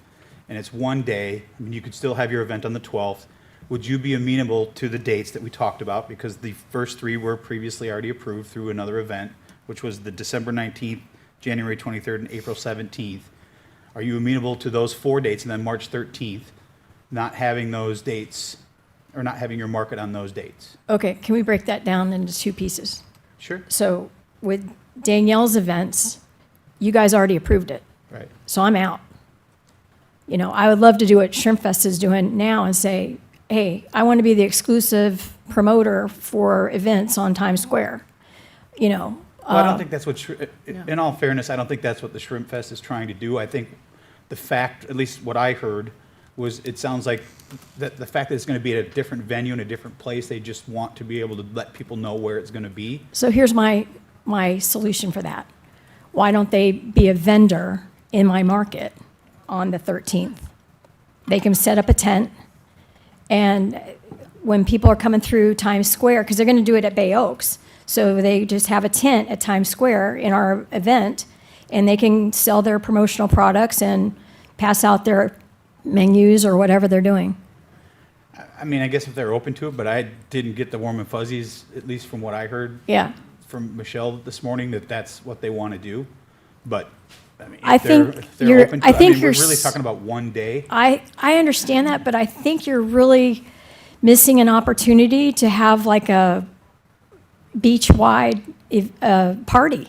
I mean, it's just to have things at Bay Oaks and to have things at Times Square. It's Well, just a larger event. That's part of my issue. Yeah. Part of my issue is that what we talked about a little bit earlier is it seems like every year I hear from the Times Square merchants how they're having conflicts with your market. We can Well, talk about hold on a that. sec- Hold on a second. So all I'm asking is, are you amenable to one day a year that you're not going to have that there on the 13th? One, to help alleviate, because to your point, Shrimp Fest is the busiest weekend that we have on the island. And I think that the Times Square businesses would certainly like to have the ability for people to get to their properties, to be able to frequent their places and not potentially have to have staff go down and get in an argument again over blocking people's access, which seems to happen Yeah. every single year. Yeah, Frankie can stand up for that. That's a misconception. And I'd be glad, I met with everybody last year. I sent Will a letter, met with everybody except for Terry, who wasn't available because he was in Minnesota. So I met with every one of them. We said, they wanted, hey, we don't want this blocked. We set a certain spot where we weren't going to block people. And then they want to move the goalpost. So I'm dealing with irrational people when they keep moving the goalpost. Okay, now we don't want anybody in front of our business. We gave them 40 feet or 60 feet in front of their business. That's plenty of access. So, you know, that's why I wanted to talk about that separate than this. And I would say that if you want to ditch the 3 days with blue ribbon events, I'll be glad to give the Shrimp Fest to Shrimp Fest. I'll be glad to, but I can't sacrifice 4 days during prime season when we are putting in we work the hardest for you guys. We do the hardest advertising. In the slowest months we're out there. We're in the heat. We're there nonstop for you guys and for the community. And here you've given Blue Ribbon Events, who is a snowbird, you know, authorization to have events when we've been there for 3 years. And we've been on the island for 12 years. So that, I mean, I've got to, if you're talking 1 day, Shrimp Fest, and I don't have to worry about Blue Ribbon Events, that's fine. But now you're telling me I've got to tell my vendors they're going to lose 4 days of pay, which is a month of pay. Well, if we're going to be fair, the property owners that pay a lot in taxes to be there would sure like to have accessibility to their business on a very busy day I just as covered well. that. They have accessibility. They have 60 feet in front of their businesses. I'm not trying to argue with you, Linda. What I'm trying to say is, you were under the bridge. You moved to Times Square. No, I was never under the bridge. Well, there was markets that weren't in Times Square until you moved 3 years ago to Times Square. right? Yes, at the request of the council. Bill Veach suggested it, Well, and you guys at have the voted request of a unanimously counselor, for right? it. But my point is, it's 1 day. No, it's 4 days. Well, you've already said you're already out. At the beginning, you said you're already out those 3 days because they've already been approved. Right, so now it's we're 4 talking days. about 1 day. Now it's 4 days. All right, I'm not 3 going to and go 1, back and forth with you. yeah. Okay.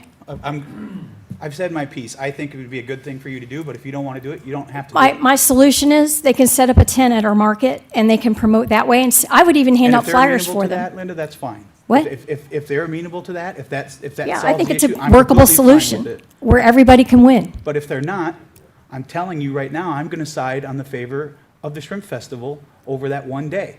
And it has nothing to do with you other than the Shrimp Festival's been That's around fine. a long, long time. That's fine. And they're asking for one. So have one we. day. And we're supporting businesses like Alex King and So is the Shrimp Island Festival. Jewel. And no, they've got promoters. They have sponsors. They have huge sponsors. It's a bigger event than you can. The reason they lost money last year is because the sheriff's. And this is part of the issue that I have. When I hear from the businesses in Times Square, they say this is exactly what happens every single year. You get into arguments with them over something every single year, and I hear it from staff every single year. They're shaking their head, yes. I'm not making this up, Linda. No, they're making it up. And you're proving the point of the vendor. Come out there, Dan. Come out there and All right, look, we're and I'll done show arguing. I you don't they're wanna not get in blocking the argument back and businesses. forth. I've said my piece. My fellow counselors can have I would their just vote like as to well. see your boots on the ground. Come out there and we'll show you. It's been done year after year. Frankie just said, year after year. The town manager has said, year after year. It It's a doesn't, recurring it's event. coerced. I mean, it's concerted Okay, we're done. effort. Thank you. Thank you. You've said your piece, I've said mine. Okay. Any other questions for Linda? I'm still not clear if there is dialogue between the Shrimp Fest and yourself as to how you might accommodate their booth inside if, during that one conflicting day. Well, Is that, I'll go ahead and make a motion then, and then we'll see where it goes. How about that? I Can you will, remind me who was approved first? a blue ribbon was approved for the 3 days first. She is asking for the 13th ahead of Right, gotcha. Shrimp Fest. That's a gotcha. So Yeah. So I it's will all make a in. motion to approve the special event permit as requested with the exception of the 4 dates mentioned unless they are amenable to, when I say they, I mean the Lions Club, to working with you to have a booth in the same area at the same date. If they are not, my preference will be to allow them to have that 1 day. Is that a motion that you understand, Nancy? Yes, sir. Okay. There's a motion. Is there a second? Okay, no second, that motion dies. Anybody else? I would- No, too quick. Too Sorry. quick? Oh, Yes. okay. Yes, little discussion. Well, Well, you have to if second. there's no second, there's no Oh, I'm discussion. sorry, second. Okay, discussion.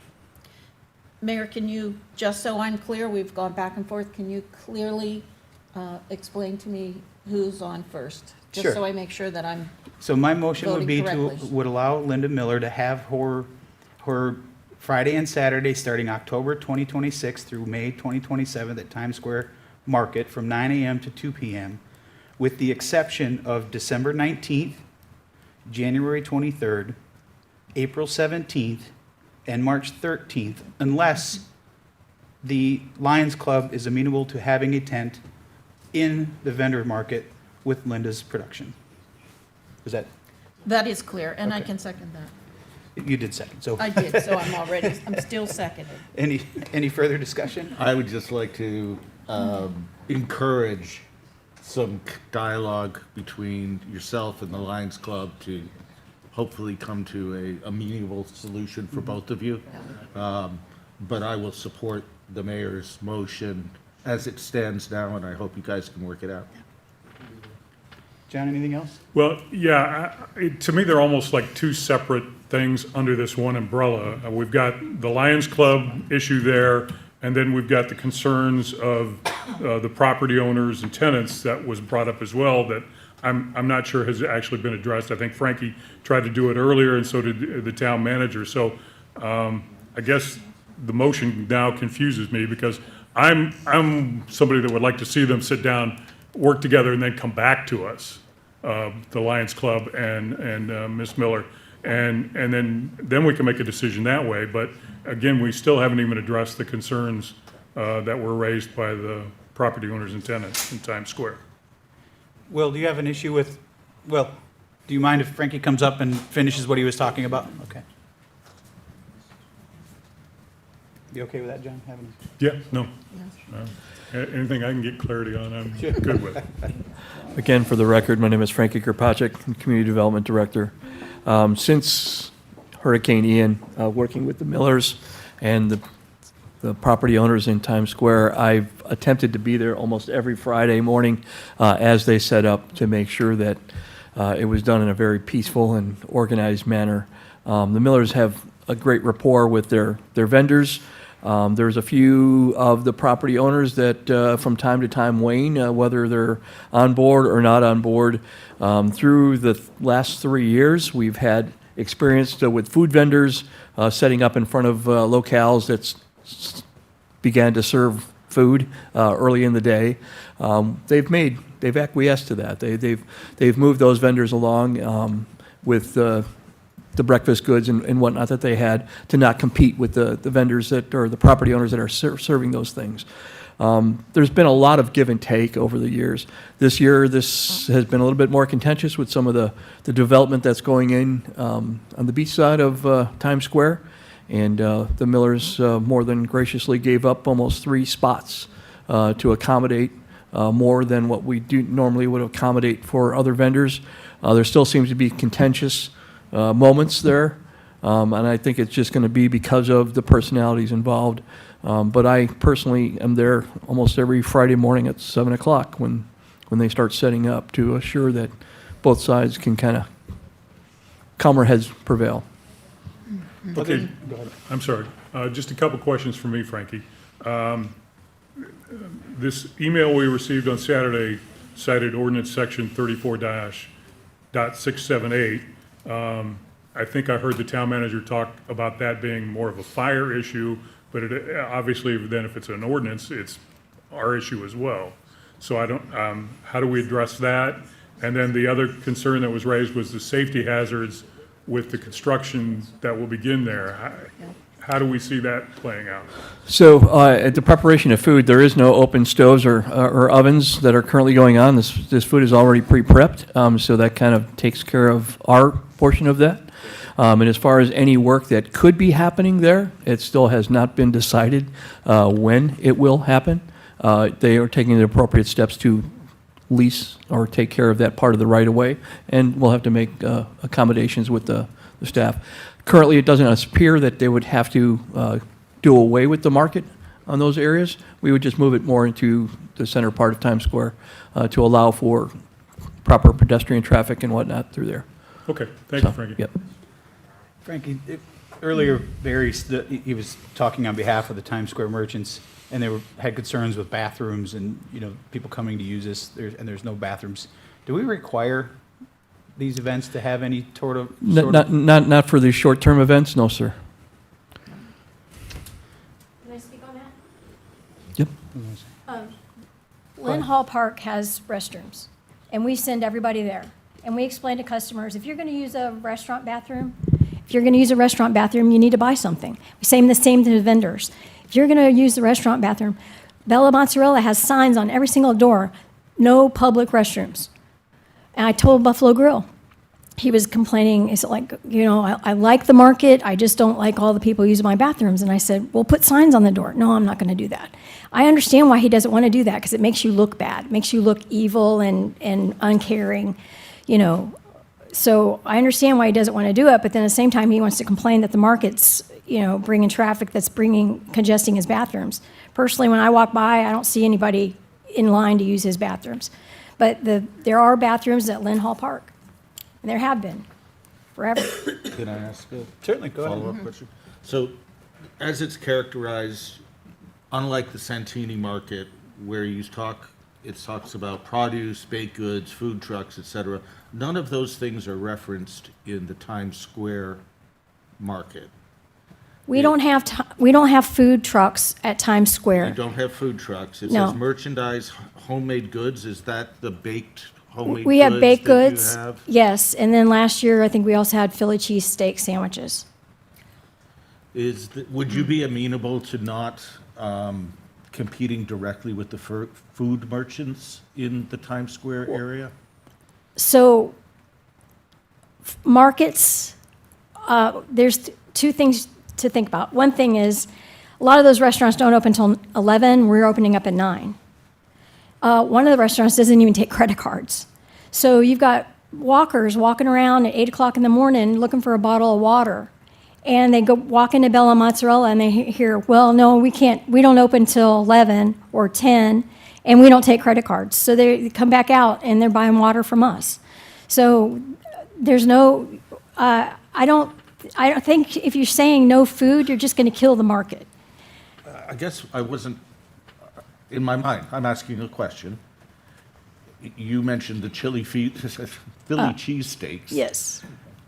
To me, that entails direct competition to the restaurants that are in Times Square Yeah. versus artisanal baked goods, which I don't think we really have a little bakery down there that Or would be smoothies or- impacted. I mean, So- I can understand there's other items like drinks, like things like that might, but. We don't my have question- that much hot food. Well- In fact, this year, I think we're only going to have one hot food person.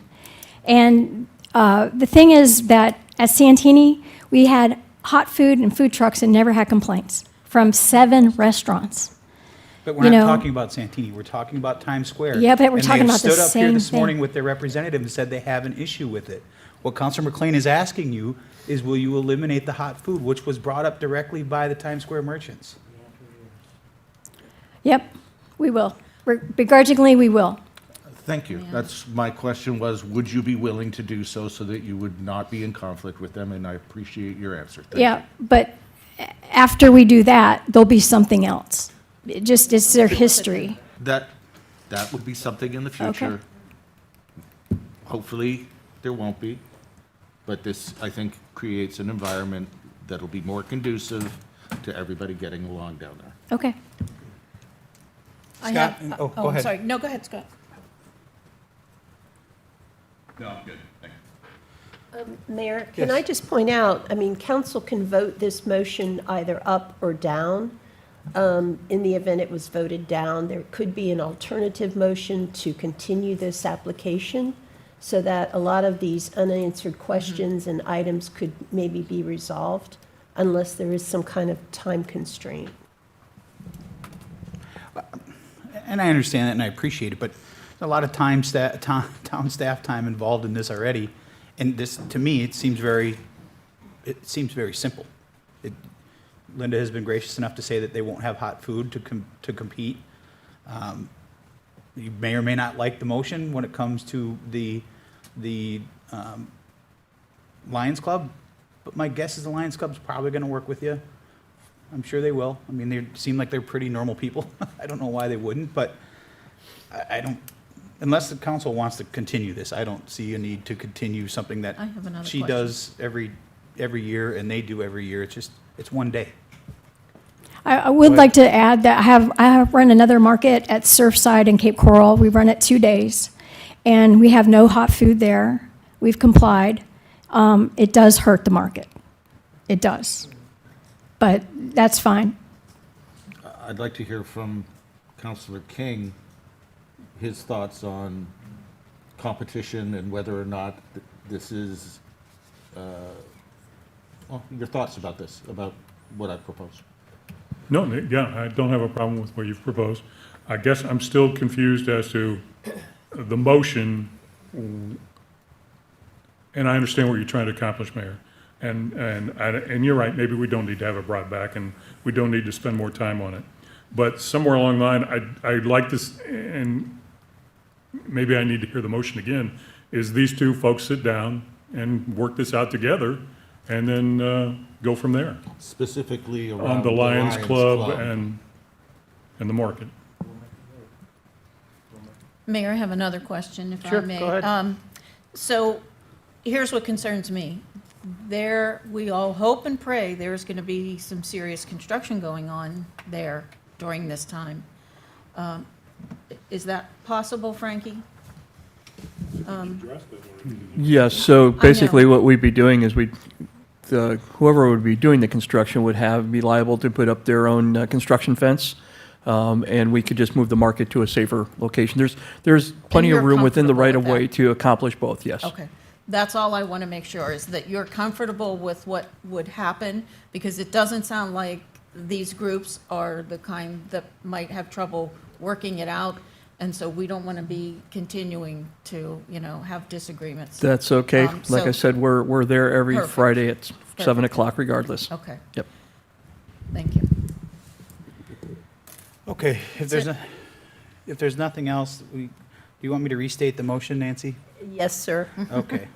So I made a motion to approve the special event for the Fort Myers Beach Market in Times Square every Friday and Saturday from October 2026 through May 2027 at Times Square located at 1000 Estero Boulevard from 9 a.m. to 2 p.m. as requested by Linda Miller of Shop Local Productions, with the exception of the dates of December 19th, January 23rd, April 17th, and March 13th, if an agreement cannot be worked out between Linda and the Lions Club for the Shrimp Fest. Mayor, does your motion include the issue of food? Oh, yes, I'm sorry, and also to include the inclusion of no hot food to be served. And the second, Ms. Link, you're okay with? I am okay amending with your- that, yes. Okay, any further discussion? I'm an aye. Counselor Link? Aye. Counselor King? Go, Yeah, Counselor McLean? I'm aye. Vice Mayor Safford? Aye. And Counselor King? I'll just say, please work it out, and I'll vote aye. All right, that motion carries unanimously. Thank you, Linda. Thanks, Linda. All right, next is Resolution 26-140, joint resolution for CDBG home and ESG programs for fiscal year 26, 27, and 28. This is a resolution of the Town Council of the Town of Fort Myers Beach, Florida, ratifying the mayor's signature and approval of the joint resolution with the Lee County Board of County Commissioners and the Town of Fort Myers Beach pertaining to an urban county cooperation agreement for federal fiscal years 2026 to 2028, authorizing the town manager to execute any additional documents needed to implement and administer the town's participation in the Community Development Block Grant, Home Investment Partnership, and Emergency Solutions Grant programs for federal fiscal years 2026, 2027, and 2028, and providing for an effective date. Will? Thank you, Mr. Mayor. Yes, this is I'm asking for council's ratification of the mayor's signature for us to remain in this grant program. Due to some miscommunications, I didn't receive the notification that we needed to re-sign the agreement. until it was already due. The town clerk worked with the officials with this grant to basically, if we get it signed, it's a renewal of the agreement, get it signed by the mayor and then ratified by the council at a later date, that would suffice. So that's what we're bringing forward to you today, so we can stay in the grant program. We're already good with the officials for the grant program, just need the ratification today. Okay. Vice Mayor Safford, any questions? No, sir. Councilor McLean? No, I have no questions. Councilor Link? And Will, just for the record, the snafu and the reason you didn't get the email has been corrected, I heard. Is that correct? It has been corrected. They Thank now you. have my correct email address. Thank you. Councilor King? Just perusing some stuff here. This is for the raising of the houses that, no? Okay. No. We'll Then I talk guess about I'm- that one a little later. All right. Then I'm okay. Thank you. All right. Yes, we do. I do not have any questions. Is there a motion for Resolution 26-140? I'll make a motion to approve Resolution 26-140, joint resolution for CDBG home and ESG programs for fiscal year 2026, 2027, 2028. And I'll second that, Mayor. All right, got a motion by Councilor McLean, seconded by Councilor Link. Any further discussion? Councilor McLean? Aye. Councilor Link? Aye. Councilor King? Aye. Vice Mayor Safford? Aye. And I'm an aye as well. That motion carries unanimously. Next is item D. This is Resolution 26-123, FDEM HMGP Subrecipient Agreement H1360, Multiple Property Elevation, Project 4673-312-R. This is a resolution of the Town Council of the Town of Fort Myers Beach, Florida, approving and authorizing the mayor to execute a subrecipient agreement H1360 with the Florida Division of Emergency Management for HMGP project number 4673-312-R for Town of Fort Myers Beach multiple properties elevation in the amount of $5,688,229.25, authorizing the town manager to administer the agreement and program, including executing all related documents, attachments, and certifications, providing for an effective date. Will? Yes, sir. Now, this is the elevation grant, Councilor King, and this is for us basically to move to the next phase of setting up a procurement process and selection of companies that will be eligible to be selected for elevation. The homes, when we receive the money from the state, when they meet all the criteria that the Tidal Basin came and spoke to us about. And Frankie he's been having conversations with Tidal Basin and with the FDEM on this, if you have any further questions. Just a continuation of the process for us to assist those homeowners in this process. Councilor King, any questions for Frankie? Yeah, I guess I'm confused because we've been frozen out of this process pretty much since the get-go. Tidal Basin has handled it. We talked about how we weren't involved in it, and now we're involved in it, and now we have what looks like a local match as well.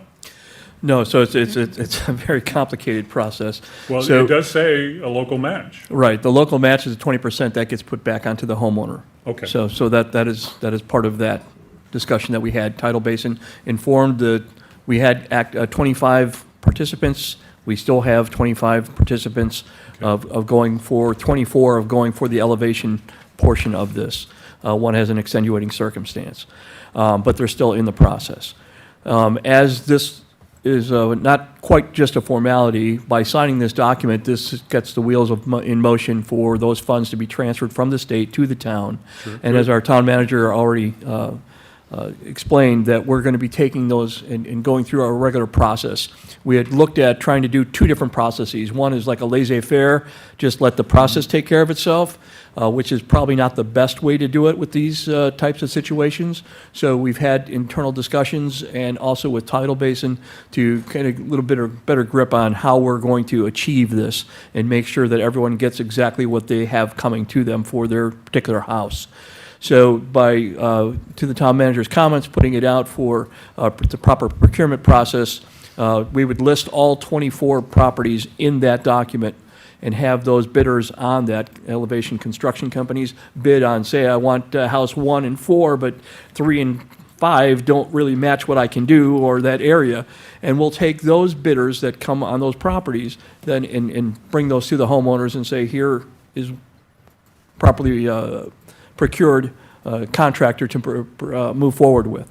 And we're just going to stay with that process. That's where Tidal Basin will be our boots on the ground, making sure that everything is handled that way. But we're just taking a little bit better oversight of the process. Okay, thank you. Councilor Link, any questions? Yeah, this one's always near and dear to my heart. So Frankie, thank you for taking an oversight. These kind of things can get squirrely really fast, so I appreciate you doing that. I think that's critical. Thank you as well, Will, for allowing our team to be on top of that. We get asked the questions a lot, Frankie, about when might I see a contract assigned? I know that's still a bit down the road, but do you have a ballpark that you can share with us? We're hopeful to, we're working on some final documents right now with Tidal Basin, myself and Jason Freeman has been my partner in this whole thing from the get-go. So we're working on some final documents to get to Tidal Basin. My staff in community development, Georgina and her staff have been working up the proper elevation certificates, process, those type of things, putting into a checklist form. So we'll have a packet for each of these homeowners to present.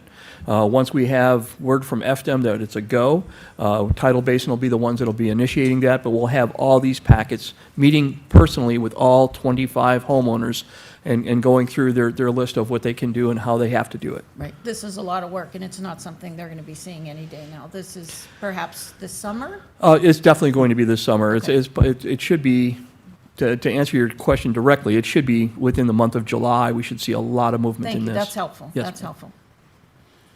Councilor McLean. I heard something I think is new information for me just today. Is there a contractor pre-qualification aspect to this? So administration there isn't any process in the state. So working through a municipality, you have to be a licensed contractor in the state of Florida, plain and simple. Okay. So by us doing it this way and vetting the procurement, we're following the federal standards.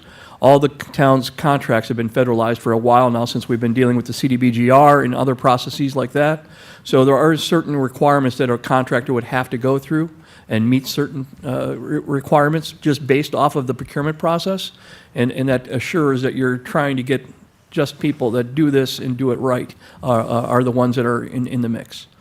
But this is no different than what anybody would have to go through if they were doing it on their own. It's Correct. the same process, correct? Correct. You still have to be a licensed Florida contractor. Okay, and then just to be clear, because the language really wasn't, and when it talks, it actually says 75 to 25 federal to local cost share, as opposed to federal will pick up 75%. And that homeowner is 25% gets put back responsible onto for the local. 25%. Correct. My question is any of this total value of 7.9 million allocated to the town being able to administer part of this? So there is an administrative fee in this contract, and that goes to Tidal Basin for their work. It goes right through that, and those documents will be able to be totally transparent, and you'll be able to see what monies were administered to them. So we're funding this assistance that we're giving to these homeowners through the grant that is being provided to us? Correct. Thank you for that clarification. Yep. Scott? Following up on that, I had thought in our last discussion with Tidal Basin that there was going to be an administrative fee that's going to cover your work and your staff's work. That's what we just talked about, Councilman Stafford. What I understood you, Frankie, is saying that you cover Tidal Basin. Are we going to be covered for the town, not Tidal Basin? Because, I mean, there's some...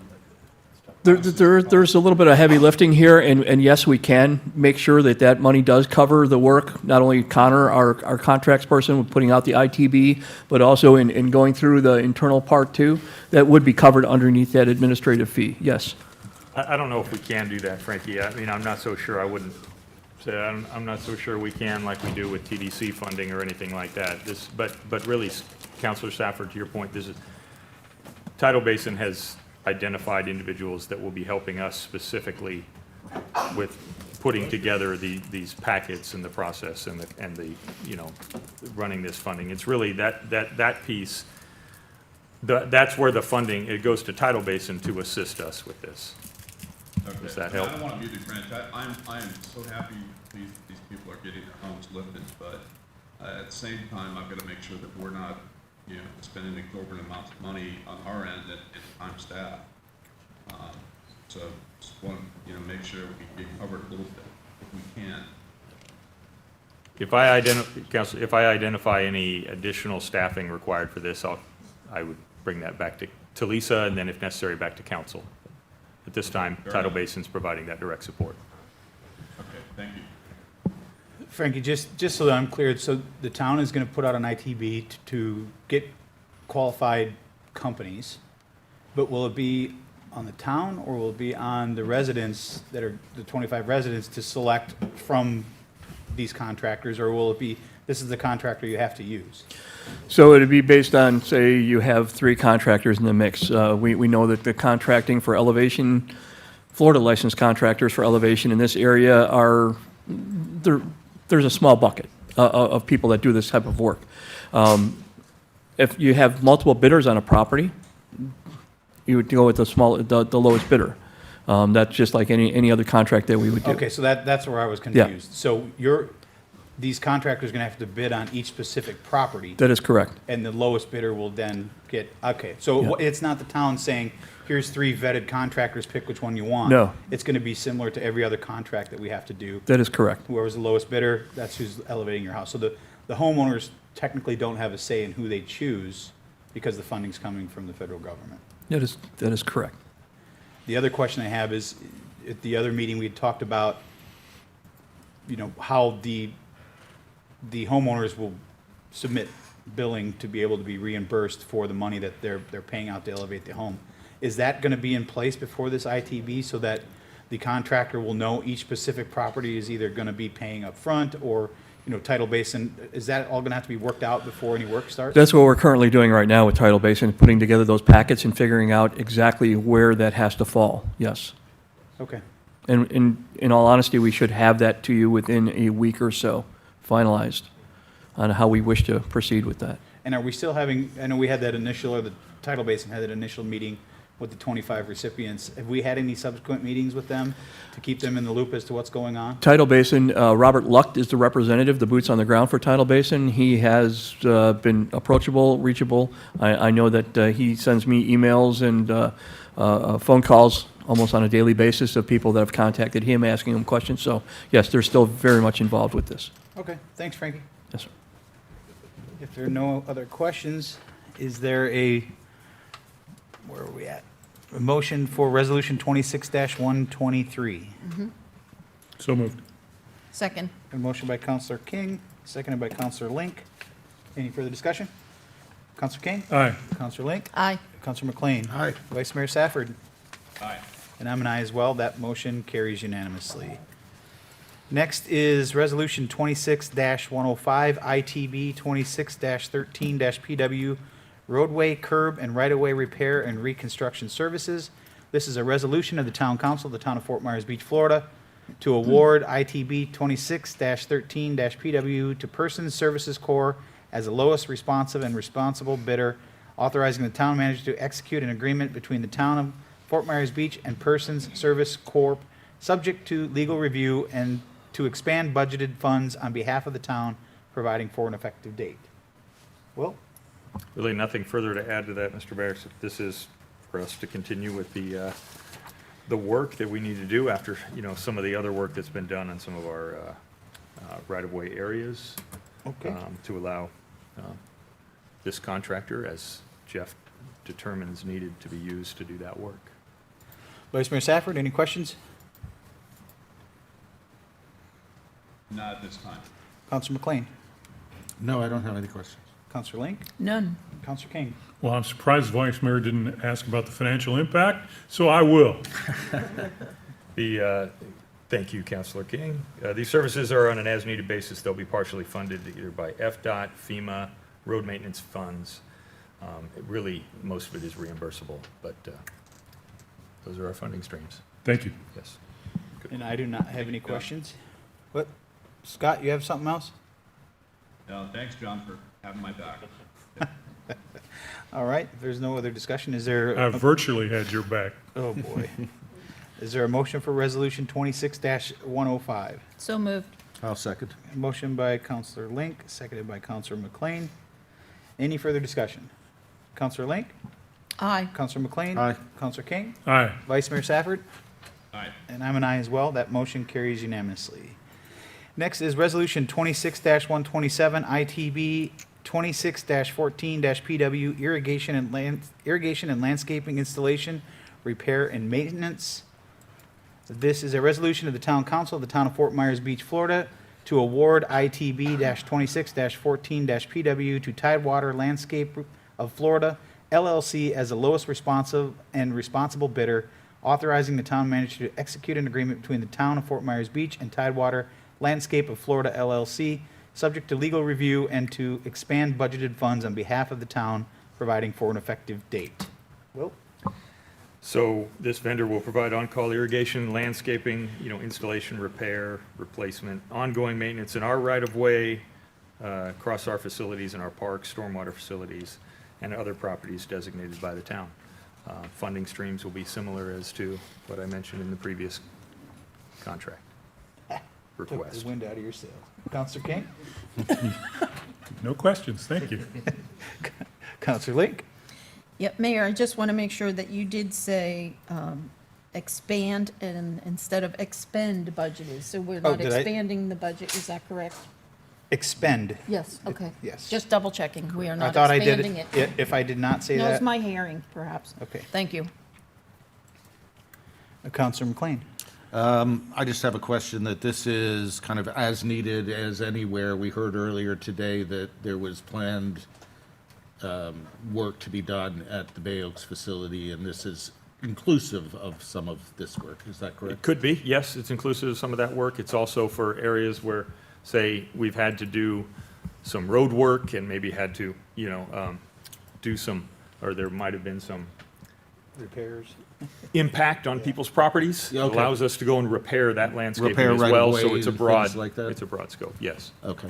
But that Bay Oaks Yes. is definitely included in the scope of this? Yes. Okay, thank you. Vice Mayor Safford, any questions? I'm good, thank you. I do not have any. Is there a motion for Resolution 26-127? So moved. I'll second. Got a motion by Counselor King, seconded by Counselor McLean. Any further discussion? Counselor King? Aye. Counselor McLean? Aye. Counselor Link? Aye. Vice Mayor Safford? Aye. And I'm an aye as well. That motion carries unanimously. Next is Resolution 26-103, RFP-26-11-ES, Disaster Debris Removal and Disposal Services Recommendation. This is a resolution of the Town Council of the Town of Fort Myers Beach approving and authorizing contracts with 1 Crowder Golf Joint Venture, Inc., and 2 TFR Enterprises, Inc. as primary and secondary contractors for disaster debris removal and disposal services as ranked, recommended, and selected by the Town Council at their meeting on May 18th, 2026, authorizing the town manager to sign the contract with these two firms and providing for an effective date. Will? So again, services are on an as-needed basis, hopefully not needed in this case, but will be reimbursed either partially or fully by FEMA and FDM. Counselor King? Amen to the not needed part. Counselor Link? No questions. Counselor McLean? No questions. Vice Mayor Safford? Not this time, thank you. Yeah, Crowder Golf became a household name. Let's Yeah, hope that certainly never did. happens again. I do not have any questions. Is there a motion for Resolution 26-103? I'll move that forward. Second. Motion by Counselor McLean, seconded by Counselor King. Any further discussion? Counselor McLean? Aye. Counselor King? Aye. Counselor Link? Aye. Vice Mayor Safford? Aye. And I'm an aye as well. That motion carries unanimously. Next is Resolution 25-104. This is a piggyback of electrical services with Britannia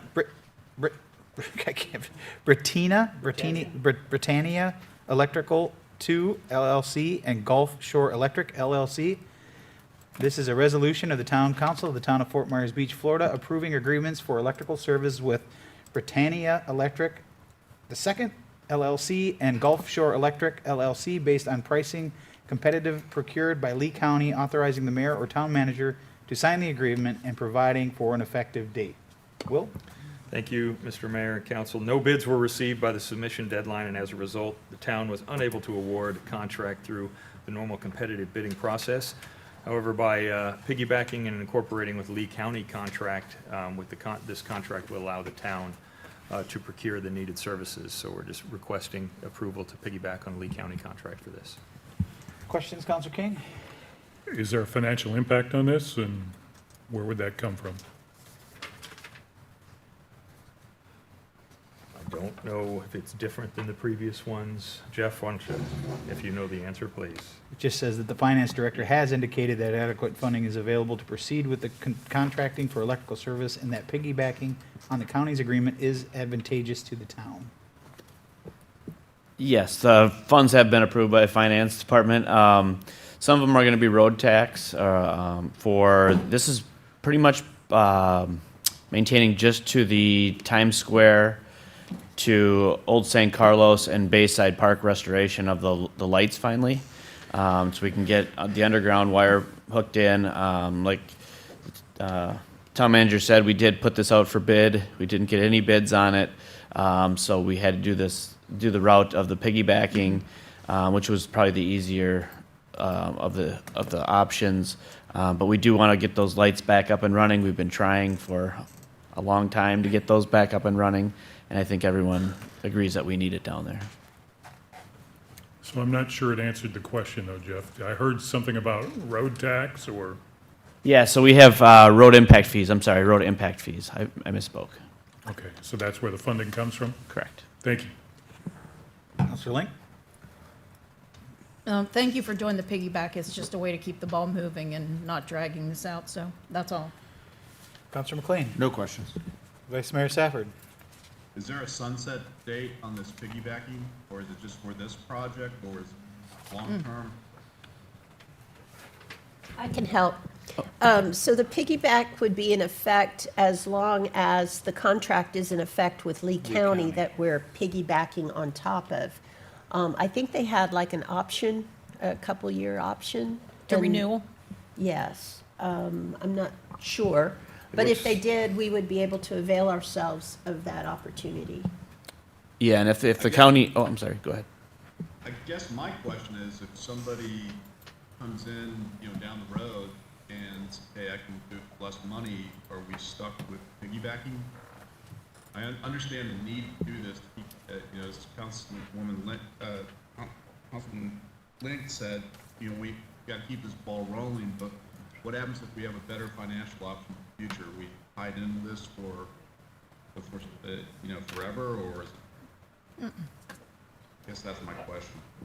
We need to look at the termination agreement. Well, this says yeah, but in the blue sheet, the contract has an initial one-year term with up to 3 additional one-year renewal options upon mutual written agreement of the parties.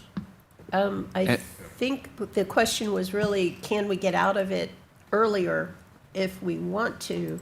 And generally, we have a termination provision in it that would allow us to terminate with adequate notice. I try for 30 days. Sometimes it's a little bit longer.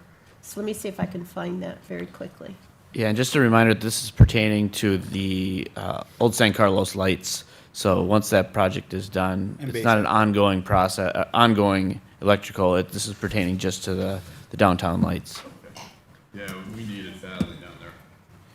So it's safe to say then, if other projects outside the scope of work of these two projects were to come up, we would still try to go through the procurement process, to Vice Mayor Safford's point, to try to find a lower bidder, but this is a backup plan. Absolutely. Correct, Mr. Mayor.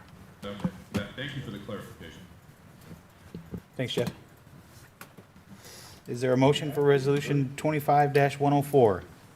So moved. A motion by Counselor Link. I'll second. Any further discussion? Counselor Link? Aye. I'm an aye. Counselor King? Aye. Counselor McLean? Aye. And Vice Mayor Safford? Aye. That motion carries unanimously. Mr. Mayor, Yes. can I make one correction? I believe it should be Resolution 26-104. What did There's I a say? typo. No, there's a typo in the. Oh, Resolution 26-104, not Correct. 25-104. Thank you. Correct. And our last administrative agenda item is Resolution 26-126, the third amendment to the meter replacement project. This is a resolution of the Town Council of the Town of Fort Myers Beach, Florida, approving a third amendment with the National Metering Services, NMS, to authorize a meter model change from a radio frequency RF model to a cellular cell model for the remaining 1.5, 2, 3, 4, 6-inch meter sizes and meter antennas, increasing the amended price by $525,909 for a new total of $2,446,761 to utilize cellular technology for the entire island's distribution system, further providing a reliable, safe, and efficient meter and distribution monitoring system, authorizing the town manager to execute the Third Amendment to the agreement with NMS and providing for an effective date. Will? Yes, Mr. Mayor, the original resolution did not address the larger meters, so that's why we're bringing this forward to you now. Larger meters will be for the higher usage accounts across the island, and for funding on this, the meter purchase will initially be covered by the water fund, but we will be seeking FEMA reimbursement following that. Counselor King, questions? Questions answered. Counselor Link? I'm fine. Counselor McLean? I'm good, thank you. Vice Mayor Safford? Question was answered, thank you. All right, then is there a motion for Resolution 26-136? I'll make a motion. What did I say? You said 136. Resolution 26-126. I'll make a motion to move that forward. All right, Counselor McLean has made a motion. Second. Seconded by Counselor King. Any further discussion? Counselor McLean? Aye. Counselor King? Aye. Counselor Link? Aye. Vice Mayor Safford? Aye. And I'm an aye as well. That motion carries unanimously. Next is final public comment. Nora? All right, we'll close public comment. Mr. Rizzo, you want to say anything? Okay. Town manager items. Thank you, Mr. Mayor, Council. A couple of things, I know it's been a long meeting, but a couple of things we have to get through is first, in context of the beach berm project, I need to walk on something. I need to basically walk on an amendment to request authorization to negotiate and approve an amendment to the existing contract for that. Basically, if people thought that the beach berm project was complete because the sand is gone, actually they ran out of sand. We need about 35 more tons of sand to complete the berm project. So what I'm requesting is permission to negotiate an amendment to the contract and for consent that today, and then we will bring it back in August for ratification. We're talking about 35 tons. The estimate right now is about 102,000 is what our estimate right now is for the cost. And again, this is reimbursable through FEMA. Counselor King, any questions? Nothing. Counselor Link? I just want to make sure I heard the number right. 102 or 132? 102. Okay. And where did the estimates come in the first place? You know, how are we short? Is it the engineer? Who calculates that, Frankie? I mean, I know FEMA's paying us back, but I'm just curious. So Michael Poff, who we wouldn't have a beach without basically his well-doing, he's awesome at estimating. Sure. They just came in roughly about right around the 3,000 ton shortage. They estimated to have it at right around 61 total tons for the project, and they're going to end up with about, 65 total tons for the project. They're going to end up with about 68.4 for the project. Gotcha, thank you. Yes, ma'am. Counselor McLean? No questions. Vice Mayor Safford? So it's only 3 tons? I thought I heard 30. Yeah. But It's 3,000 tons that they need. I misstated that. Yep. Okay. Yeah. All right. And how quickly can we get this sand? Well, that's the whole reason why the town manager is bringing it today, is we didn't want to take the risk of demobbing and then remobbing, waiting for that October or August meeting. So yes, they can do it almost immediately. Okay, thank you. Yep. And Nancy, just consent, or do we need a motion? What's the? Should be a motion. for the Okay, vote. motion, thank you. I will make a motion to approve the town manager's walk-on for the beach sand. I'll second. Got a motion by Mayor Allers, seconded by Counselor McLean. Any further discussion? I'm an aye. Counselor McLean? Aye. Counselor Lank? Aye. Counselor King? Aye. And Vice Mayor Safford? Aye. That motion carries unanimously. Thank you. The other thing is we need to discuss some recommendations for some schedule changes upcoming. Amy and I have discussed these with staff, and so if you could pull out your calendars and we'll. Here we go again. Here we go again. So first, closest to the foxhole, as I like to say it, is, so August, and we're looking at moving August 17 to August 24th. Is that right, Amy? Please? Yes. Yes. Thank you. So you'll have a Anchorage committee meeting that day, you'll have to move? Correct. Correct. Okay, so the 17th is going to the 24th for our normally scheduled meeting. Okay. If that works for everyone. Should we take them For one at a enough. time? Yep, we just, this is the Yep. first one. Yep. Good. Scott, that works for you? Run it by me one more time so I can put it in my phone. Moving Aug- from yeah. August 17 to August 24th for town council meeting. Got it. That's fine. Thank you. Okay, and then the next one would be, we're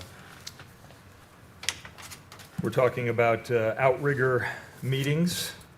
If the town council wishes to set specific meetings, dates for that project, to allow time for that entire project discussion and to allow, we recommend doing that so that other projects also coming forth during the same time can be addressed during the normal town council meetings.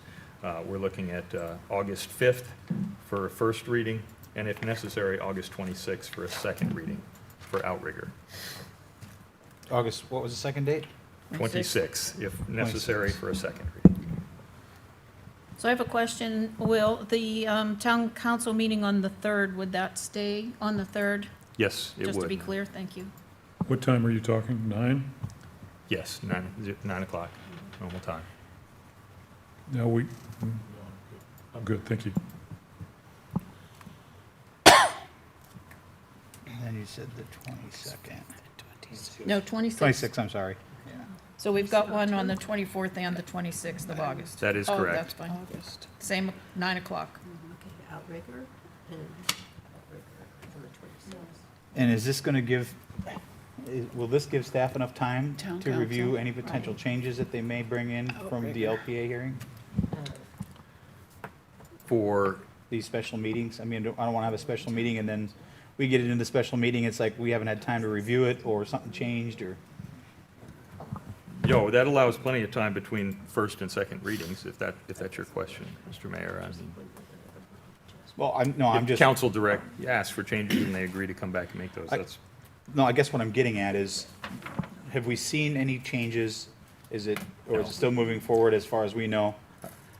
They haven't- What I want to make sure we don't do is, August 4th or August, whatever, or July 31st at 4:55, we get some changes and now staff is in a pickle to try to get it reviewed in time by a special meeting. we have received no updates, and Jason, you correct me, we've received no updates from the outrigger planners to this point, but we can communicate back to them our preference not to receive last-minute So updates like we did before. I do have a conflict on the 26th, however, I will try to resolve that. Thank you. Okay, Nancy, is there anything that we can do? I know we have a normal cutoff time for some of these. With a special meeting, can we put a longer window in there to have any potential changes that may occur from the applicant to be in, to allow, again, I don't want to get into it's July 31st and it's 4:59 and now there's changes and 5 days later, staff has to be prepared to make comments on those changes. I'm not saying it's going to happen, but is there a longer buffer that we can put in to make requirements should the applicant make any changes between now and the first meeting, that they have more time to review it? I mean, technically, professionalism and the opportunity for fairness for not only staff, but for the community and town council to review it, they shouldn't be doing last-minute changes. But I can't say that they can't because it is a public meeting, so they could come forward with it. Okay, let me put it this way. What would be the deadline for Amy to have to publish the agenda or advertise the agenda for the August 5th meeting? The publication date for the August 5th meeting would be Wednesday, July 29th. Okay. So I'm going to jump in there. She said publication, which is different from submittal, which allows our planning experts to review it as well as myself, and then it goes to Amy for publication. So if they get it in on that day, it's not going to work. So submittal deadline for that agenda is going to be, let's say July 17th by noon. So anything that would come potentially after July 17th, would that then, if a change came after that, would that make that special meeting not able to happen? I think it depends on what the change is. A lot of what ifs. Yeah. May I ask a question, Mayor? Sure. A generic question, for those at home, and this is a first for me. What constitutes a big enough change that a project has to go back to the LPA? Or, I'm trying to understand that process, if you could clarify that for me. I can help. Thank you, Nancy. Generally, the LPAs, their responsibility is to determine whether or not the project is consistent, whatever's before them is consistent with your comprehensive plan. This particular project does have a comprehensive plan traveling with it, which makes it a little bit unique. If you get to the town council stage and you do not feel comfortable based on the evidence presented to you that it is consistent with your comp plan, that is when you could send it back to them, or you could simply deny the project. I'm just gonna put it out there. I mean, this project has been before lots, the town council, there's been a lot of discussion of it.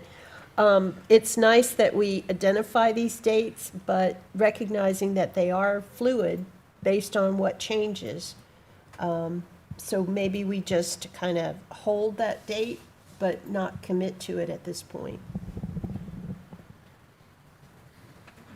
Well, I guess what I'm trying to get is I don't want something to happen, I'm not saying there will, but a change potentially come after the 17th, and it doesn't give us sufficient. Can we set these dates tentative to say that the deadline is the 17th for any changes? Should any changes come from the applicant after the 17th, these dates will have to be relooked at? The date, well, the 17th is the deadline for submittal for the 3rd. We can advise them, I mean, that is the submittal date for all staff, or I'm sorry, for the 5th. That is when all staff is supposed to have all their information in. So, I mean, unless you want to, we can advise them of that. Okay, yeah, so you're saying the staff has to have everything by the 17th, not necessarily the applicant? Because the staff's got to review what the applicant I sends. believe the applicant has to have everything to staff by that deadline to get in the packet.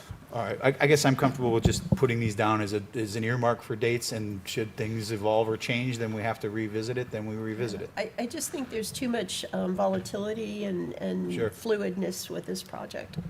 Fair enough. Okay. Okay, thank you. Next would be, thank you, as a response to many requests to consider moving the first budget hearing from September 4th to September 9th. That we found that will work for us and staff. If council approves, we would then move that first one from the 4th to the 9th. I've talked with Councilor McLean about his conflicts with that date, understand, and but the process of the budget hearing at that point, it will not slow the process down or help us. We can still accomplish what we need to accomplish on that. Would that move the regular scheduled meeting then as well, from the 4th to the 9th? It would be both. Mr. Yes. Mayor. They both would go. Yeah, Thank what you. I would do is, I would respectfully ask for an excused absence for that meeting. We've spoken, Will and I have spoken, I'm very confident that both by going back and reviewing the first budget meeting and being properly briefed, that I will be adequately prepared to contribute fully to the second meeting, not a Right. date. Not a date, yeah. Well, the only question I would have, and I appreciate you doing that, Councilor McLean. really. The only question I would have is based on recommendations, should those recommendations need a supermajority or a majority to move to the second hearing, would that, does it just have to be the council members that are present? Just trying to cover all the It bases. has to be everyone. If it requires a unanimous vote to go to the higher category, it would require a unanimous vote. At the second At the reading first or at the meeting? first At reading? the first, yes. I was under the impression There's that, no, at the first budget hearing, it does not require super, I'm not certain about that. We can look into it. That's because I think we went through this last year. We weren't quite sure how that would work out with the first reading, but I thought it was the second reading. yeah. 'Cause I'm also, I talked about this with the clerk, but also I'm going back to last year's budget hearing. And we did not need a supermajority in the first one to Move it to a to second. move it to final approval at the second. okay, well, I mean, upon further review of legal We'll and. work it out. Yeah, we'll work it out Whatever regardless. it requires. And maybe We it's do not- have a meeting before that time, so we can discuss it then. We do, we Okay. can discuss it Yep. again if necessary. Perfect. So tentatively, you're asking us to hold the 9th? The Yep. 9th, Is that it? Yep, Thank you. for both for meetings. town council and the first Budget. budget Right. hearing, public budget hearing. Yep, And then finally, November, thank you for your patience. November, staff's requesting approval to move the November 2nd meeting to November 5th. And in doing so, then I need feedback from the council. Do we hold the council meeting after the M&P on November 5th? Or do we want to start the M&P on time and hold the council meeting after? either one is fine with me. They both gotta happen, so. I'd say do the town meeting first and then the M&P after. I support that. Scott, you live with that? Yeah, I agree with that. Okay. Counselor King, you okay with it? Most certainly. Amy, did you get everything you needed from that? I believe so. We'll review afterward. Yes. Okay, thank you, council. That's all I have. Okay. Town attorney items. I have a list today. Oh, right. I guess my voice came back, so I can't stop talking There. now, right? The first item is a request and an announcement for an executive session. So pursuant to Section 286.011 per in 8 Florida statutes, the Town Council of the Town of Fort Myers Beach, the town attorney is announcing the need and the request for an executive session, which will be closed to the public at 1 p.m. on Monday, August the 3rd, in the third floor conference room at Town Hall to discuss settlement negotiations and strategy related to litigation expenditures regarding Town of Fort Myers Beach, Florida versus White Sand Properties of Fort Myers Beach LLC, case number 2026-CA-001, 5/9, 20th Judicial Circuit, Lee County, Florida. The persons who would be attending the closed executive session include Mayor Dan Allers, Vice Mayor Scott Safford, council members John R. King, Rebecca Link, and John McLean, town manager William McKinney, town attorneys Nancy Stuprich, Becky Vos by Zoom, Chloe Berryman by Zoom, and Paul Waters by Zoom, and a court reporter to be announced prior to the commencement of the executive session. The executive session is expected to last 1 hour, and the regular town council meeting will resume thereafter. The reason for the need for the executive session is, as you know, this is pending litigation that we have that has been ongoing. The court has ordered us to mediation in July, and not knowing what the result of that mediation may or may not be, we wanted to go ahead and proactively go ahead and set up the executive session so that if there is a possible settlement discussion, you can evaluate it at that time. And I think Councilman Safford, is there anything you wanted to add? I'm going to have to recuse myself from that, so do I do it that day or do I do it in advance? So it's based on a conflict of interest, and you'll file the Form 1, correct? That's correct. Form 8? Oh, Form 8, not Form not 1, his Form financial 8, that's correct. Yeah, I wanted to fill out Form 1. 8B to be exact. It's been a long meeting. Takes a village. Okay, so with that said, the first action item I'm asking for is I'm making the announcement, and I need you to go ahead and approve having the executive session. I will make a motion to approve the special exception as laid out by our town attorney. Special session. Special session, what did I say? No, executive session. Executive session. And I'll It has second been a- that. Okay, it has been a long meeting. All right, any further discussion? I am an aye. Counselor Link? Aye. Counselor McLean? Aye. Counselor King? Aye. And I'm guessing that Vice Mayor Safford has to abstain from, He will abstain, right? Okay. Yes. that motion carries 4-0. Okay. Associated with that is generally when we do go into our mediation sessions, the town manager is a very needed participant, and the attorneys as well. Other than that, no one is really, I'm sorry, I'm mixing this up. Into the mediation, we like to have an elected official come and participate with us so that there is a real good understanding of the back and forth, trying to get towards possible settlement of the litigation. And that is helpful information to provide during the executive session that happens after that.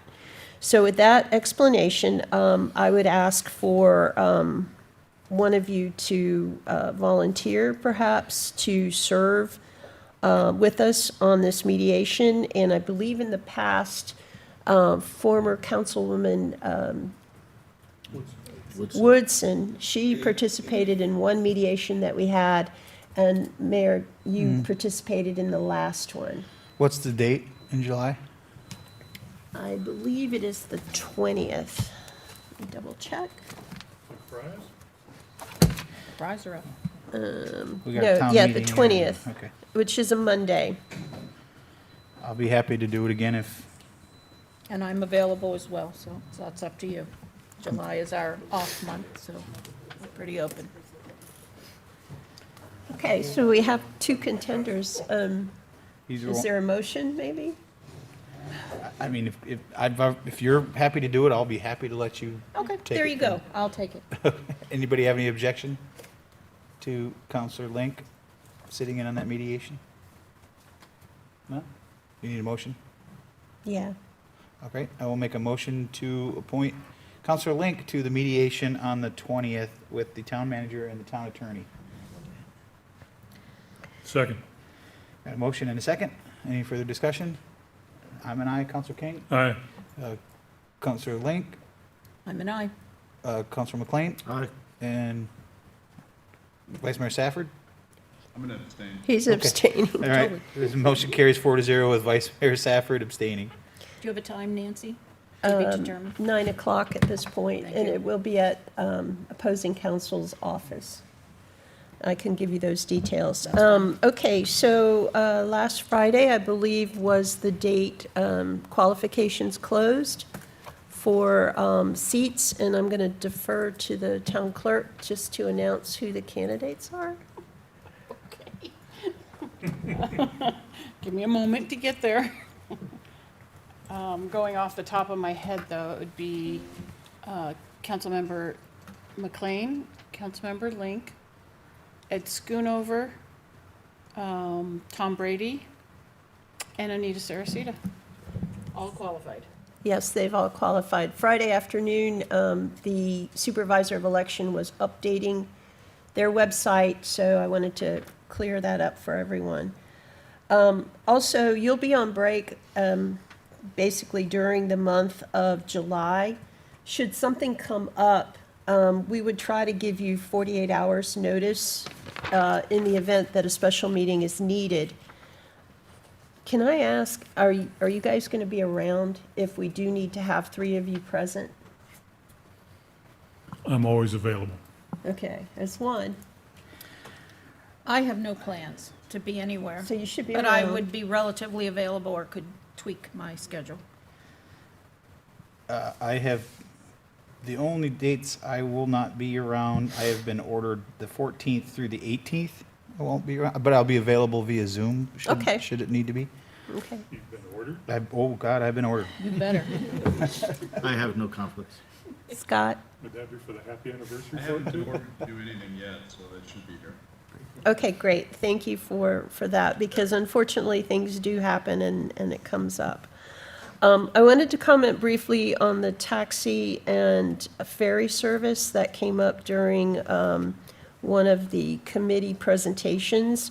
I hope to work with Will and his staff over the summer to try to come back to you with an ordinance. They had prepared a draft ordinance, and we really need to sit down and discuss it.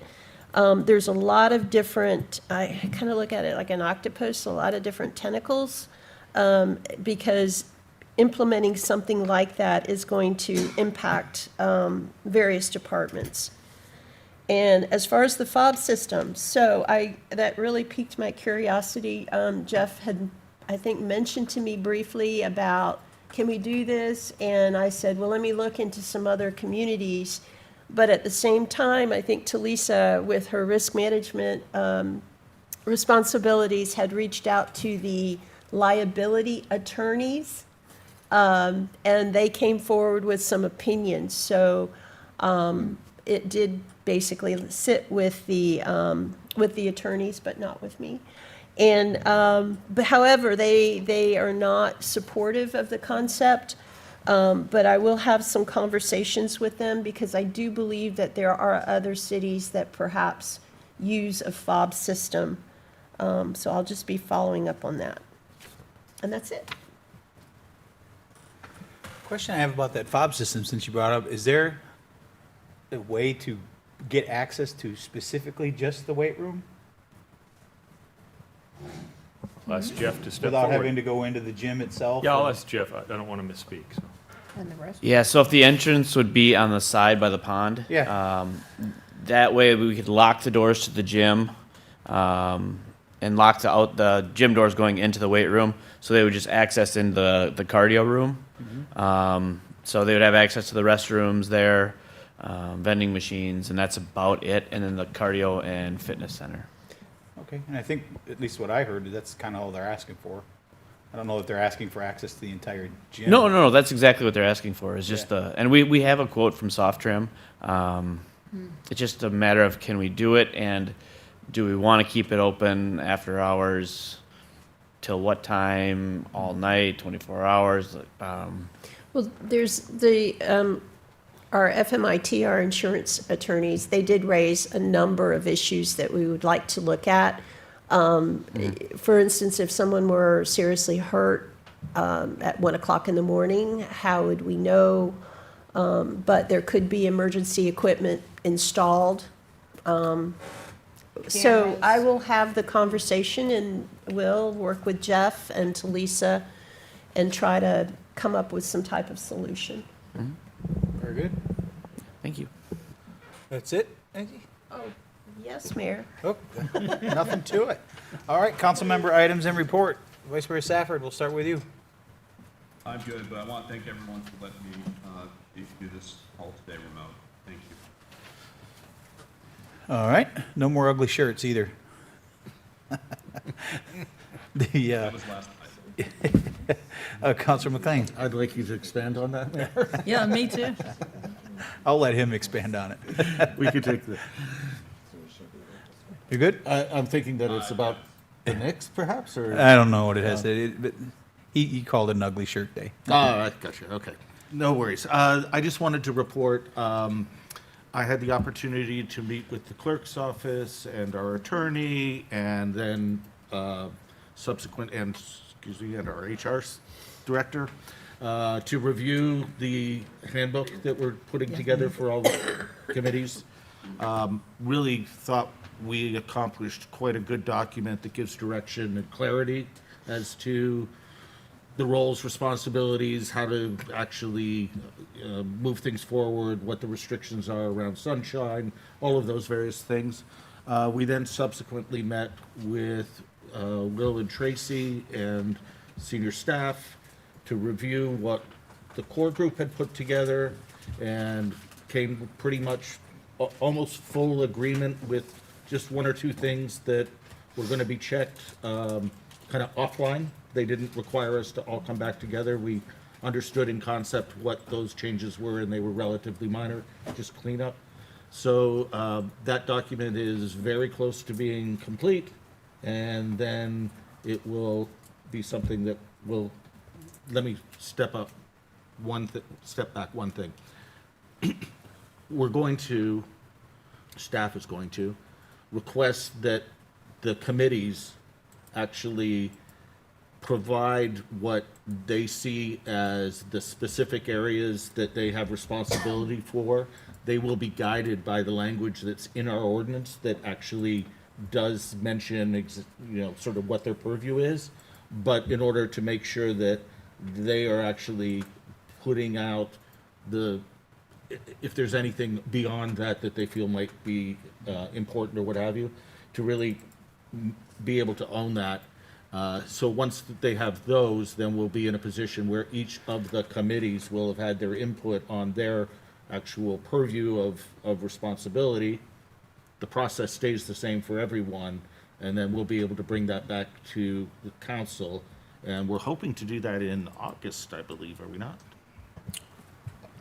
You are correct. We're hoping to do that in August. With so many of the committees taking July off, though, it may be September before. We're hoping to have it all done and implemented and in place before the appointments happen in October, though. October. So they start a fresh committee year with a handbook. And then the other side of it is, staff has been great at describing not just, okay, we built a document, but how do they then go and do onboarding and training and help the committee members understand? Because there will be some things that are new in there. Very good. Counselor Link? I like that work, and again, that all started with Chris King, so we're going It to did indeed. continue to remember what she brought to the table. That's it. I don't have anything new. Counselor King? A couple things. Spoke with Commissioner Mullica last week. Forgive my pronunciation, I'm never clear if it's Bowditch or Bowditch. That should be approved at the Board of County Commissioners meeting tomorrow. He shared that the same company that's doing Crescent Beach Park will be handling that project as well, so they should be able to just move that equipment right down Estero Boulevard very quickly, hopefully. Also continuing to push the Lee County MPO Citizens Advisory Committee. The members of that CAC make recommendations to the MPO board about project priorities for state and federal funding and FDOT's 5-year work program, proposed long-range transportation plans, project plans, program plans, and other transportation issues. The Citizens Advisory Committee, which Fort Myers Beach has the ability to appoint a member, meets monthly at the Public Works Building at Cape Coral. And lastly, for my friend Jeff, in the immortal words of Frosty the Snowman, happy birthday. Oh, boy. The only thing I've got is based on what Michelle Cherney said earlier.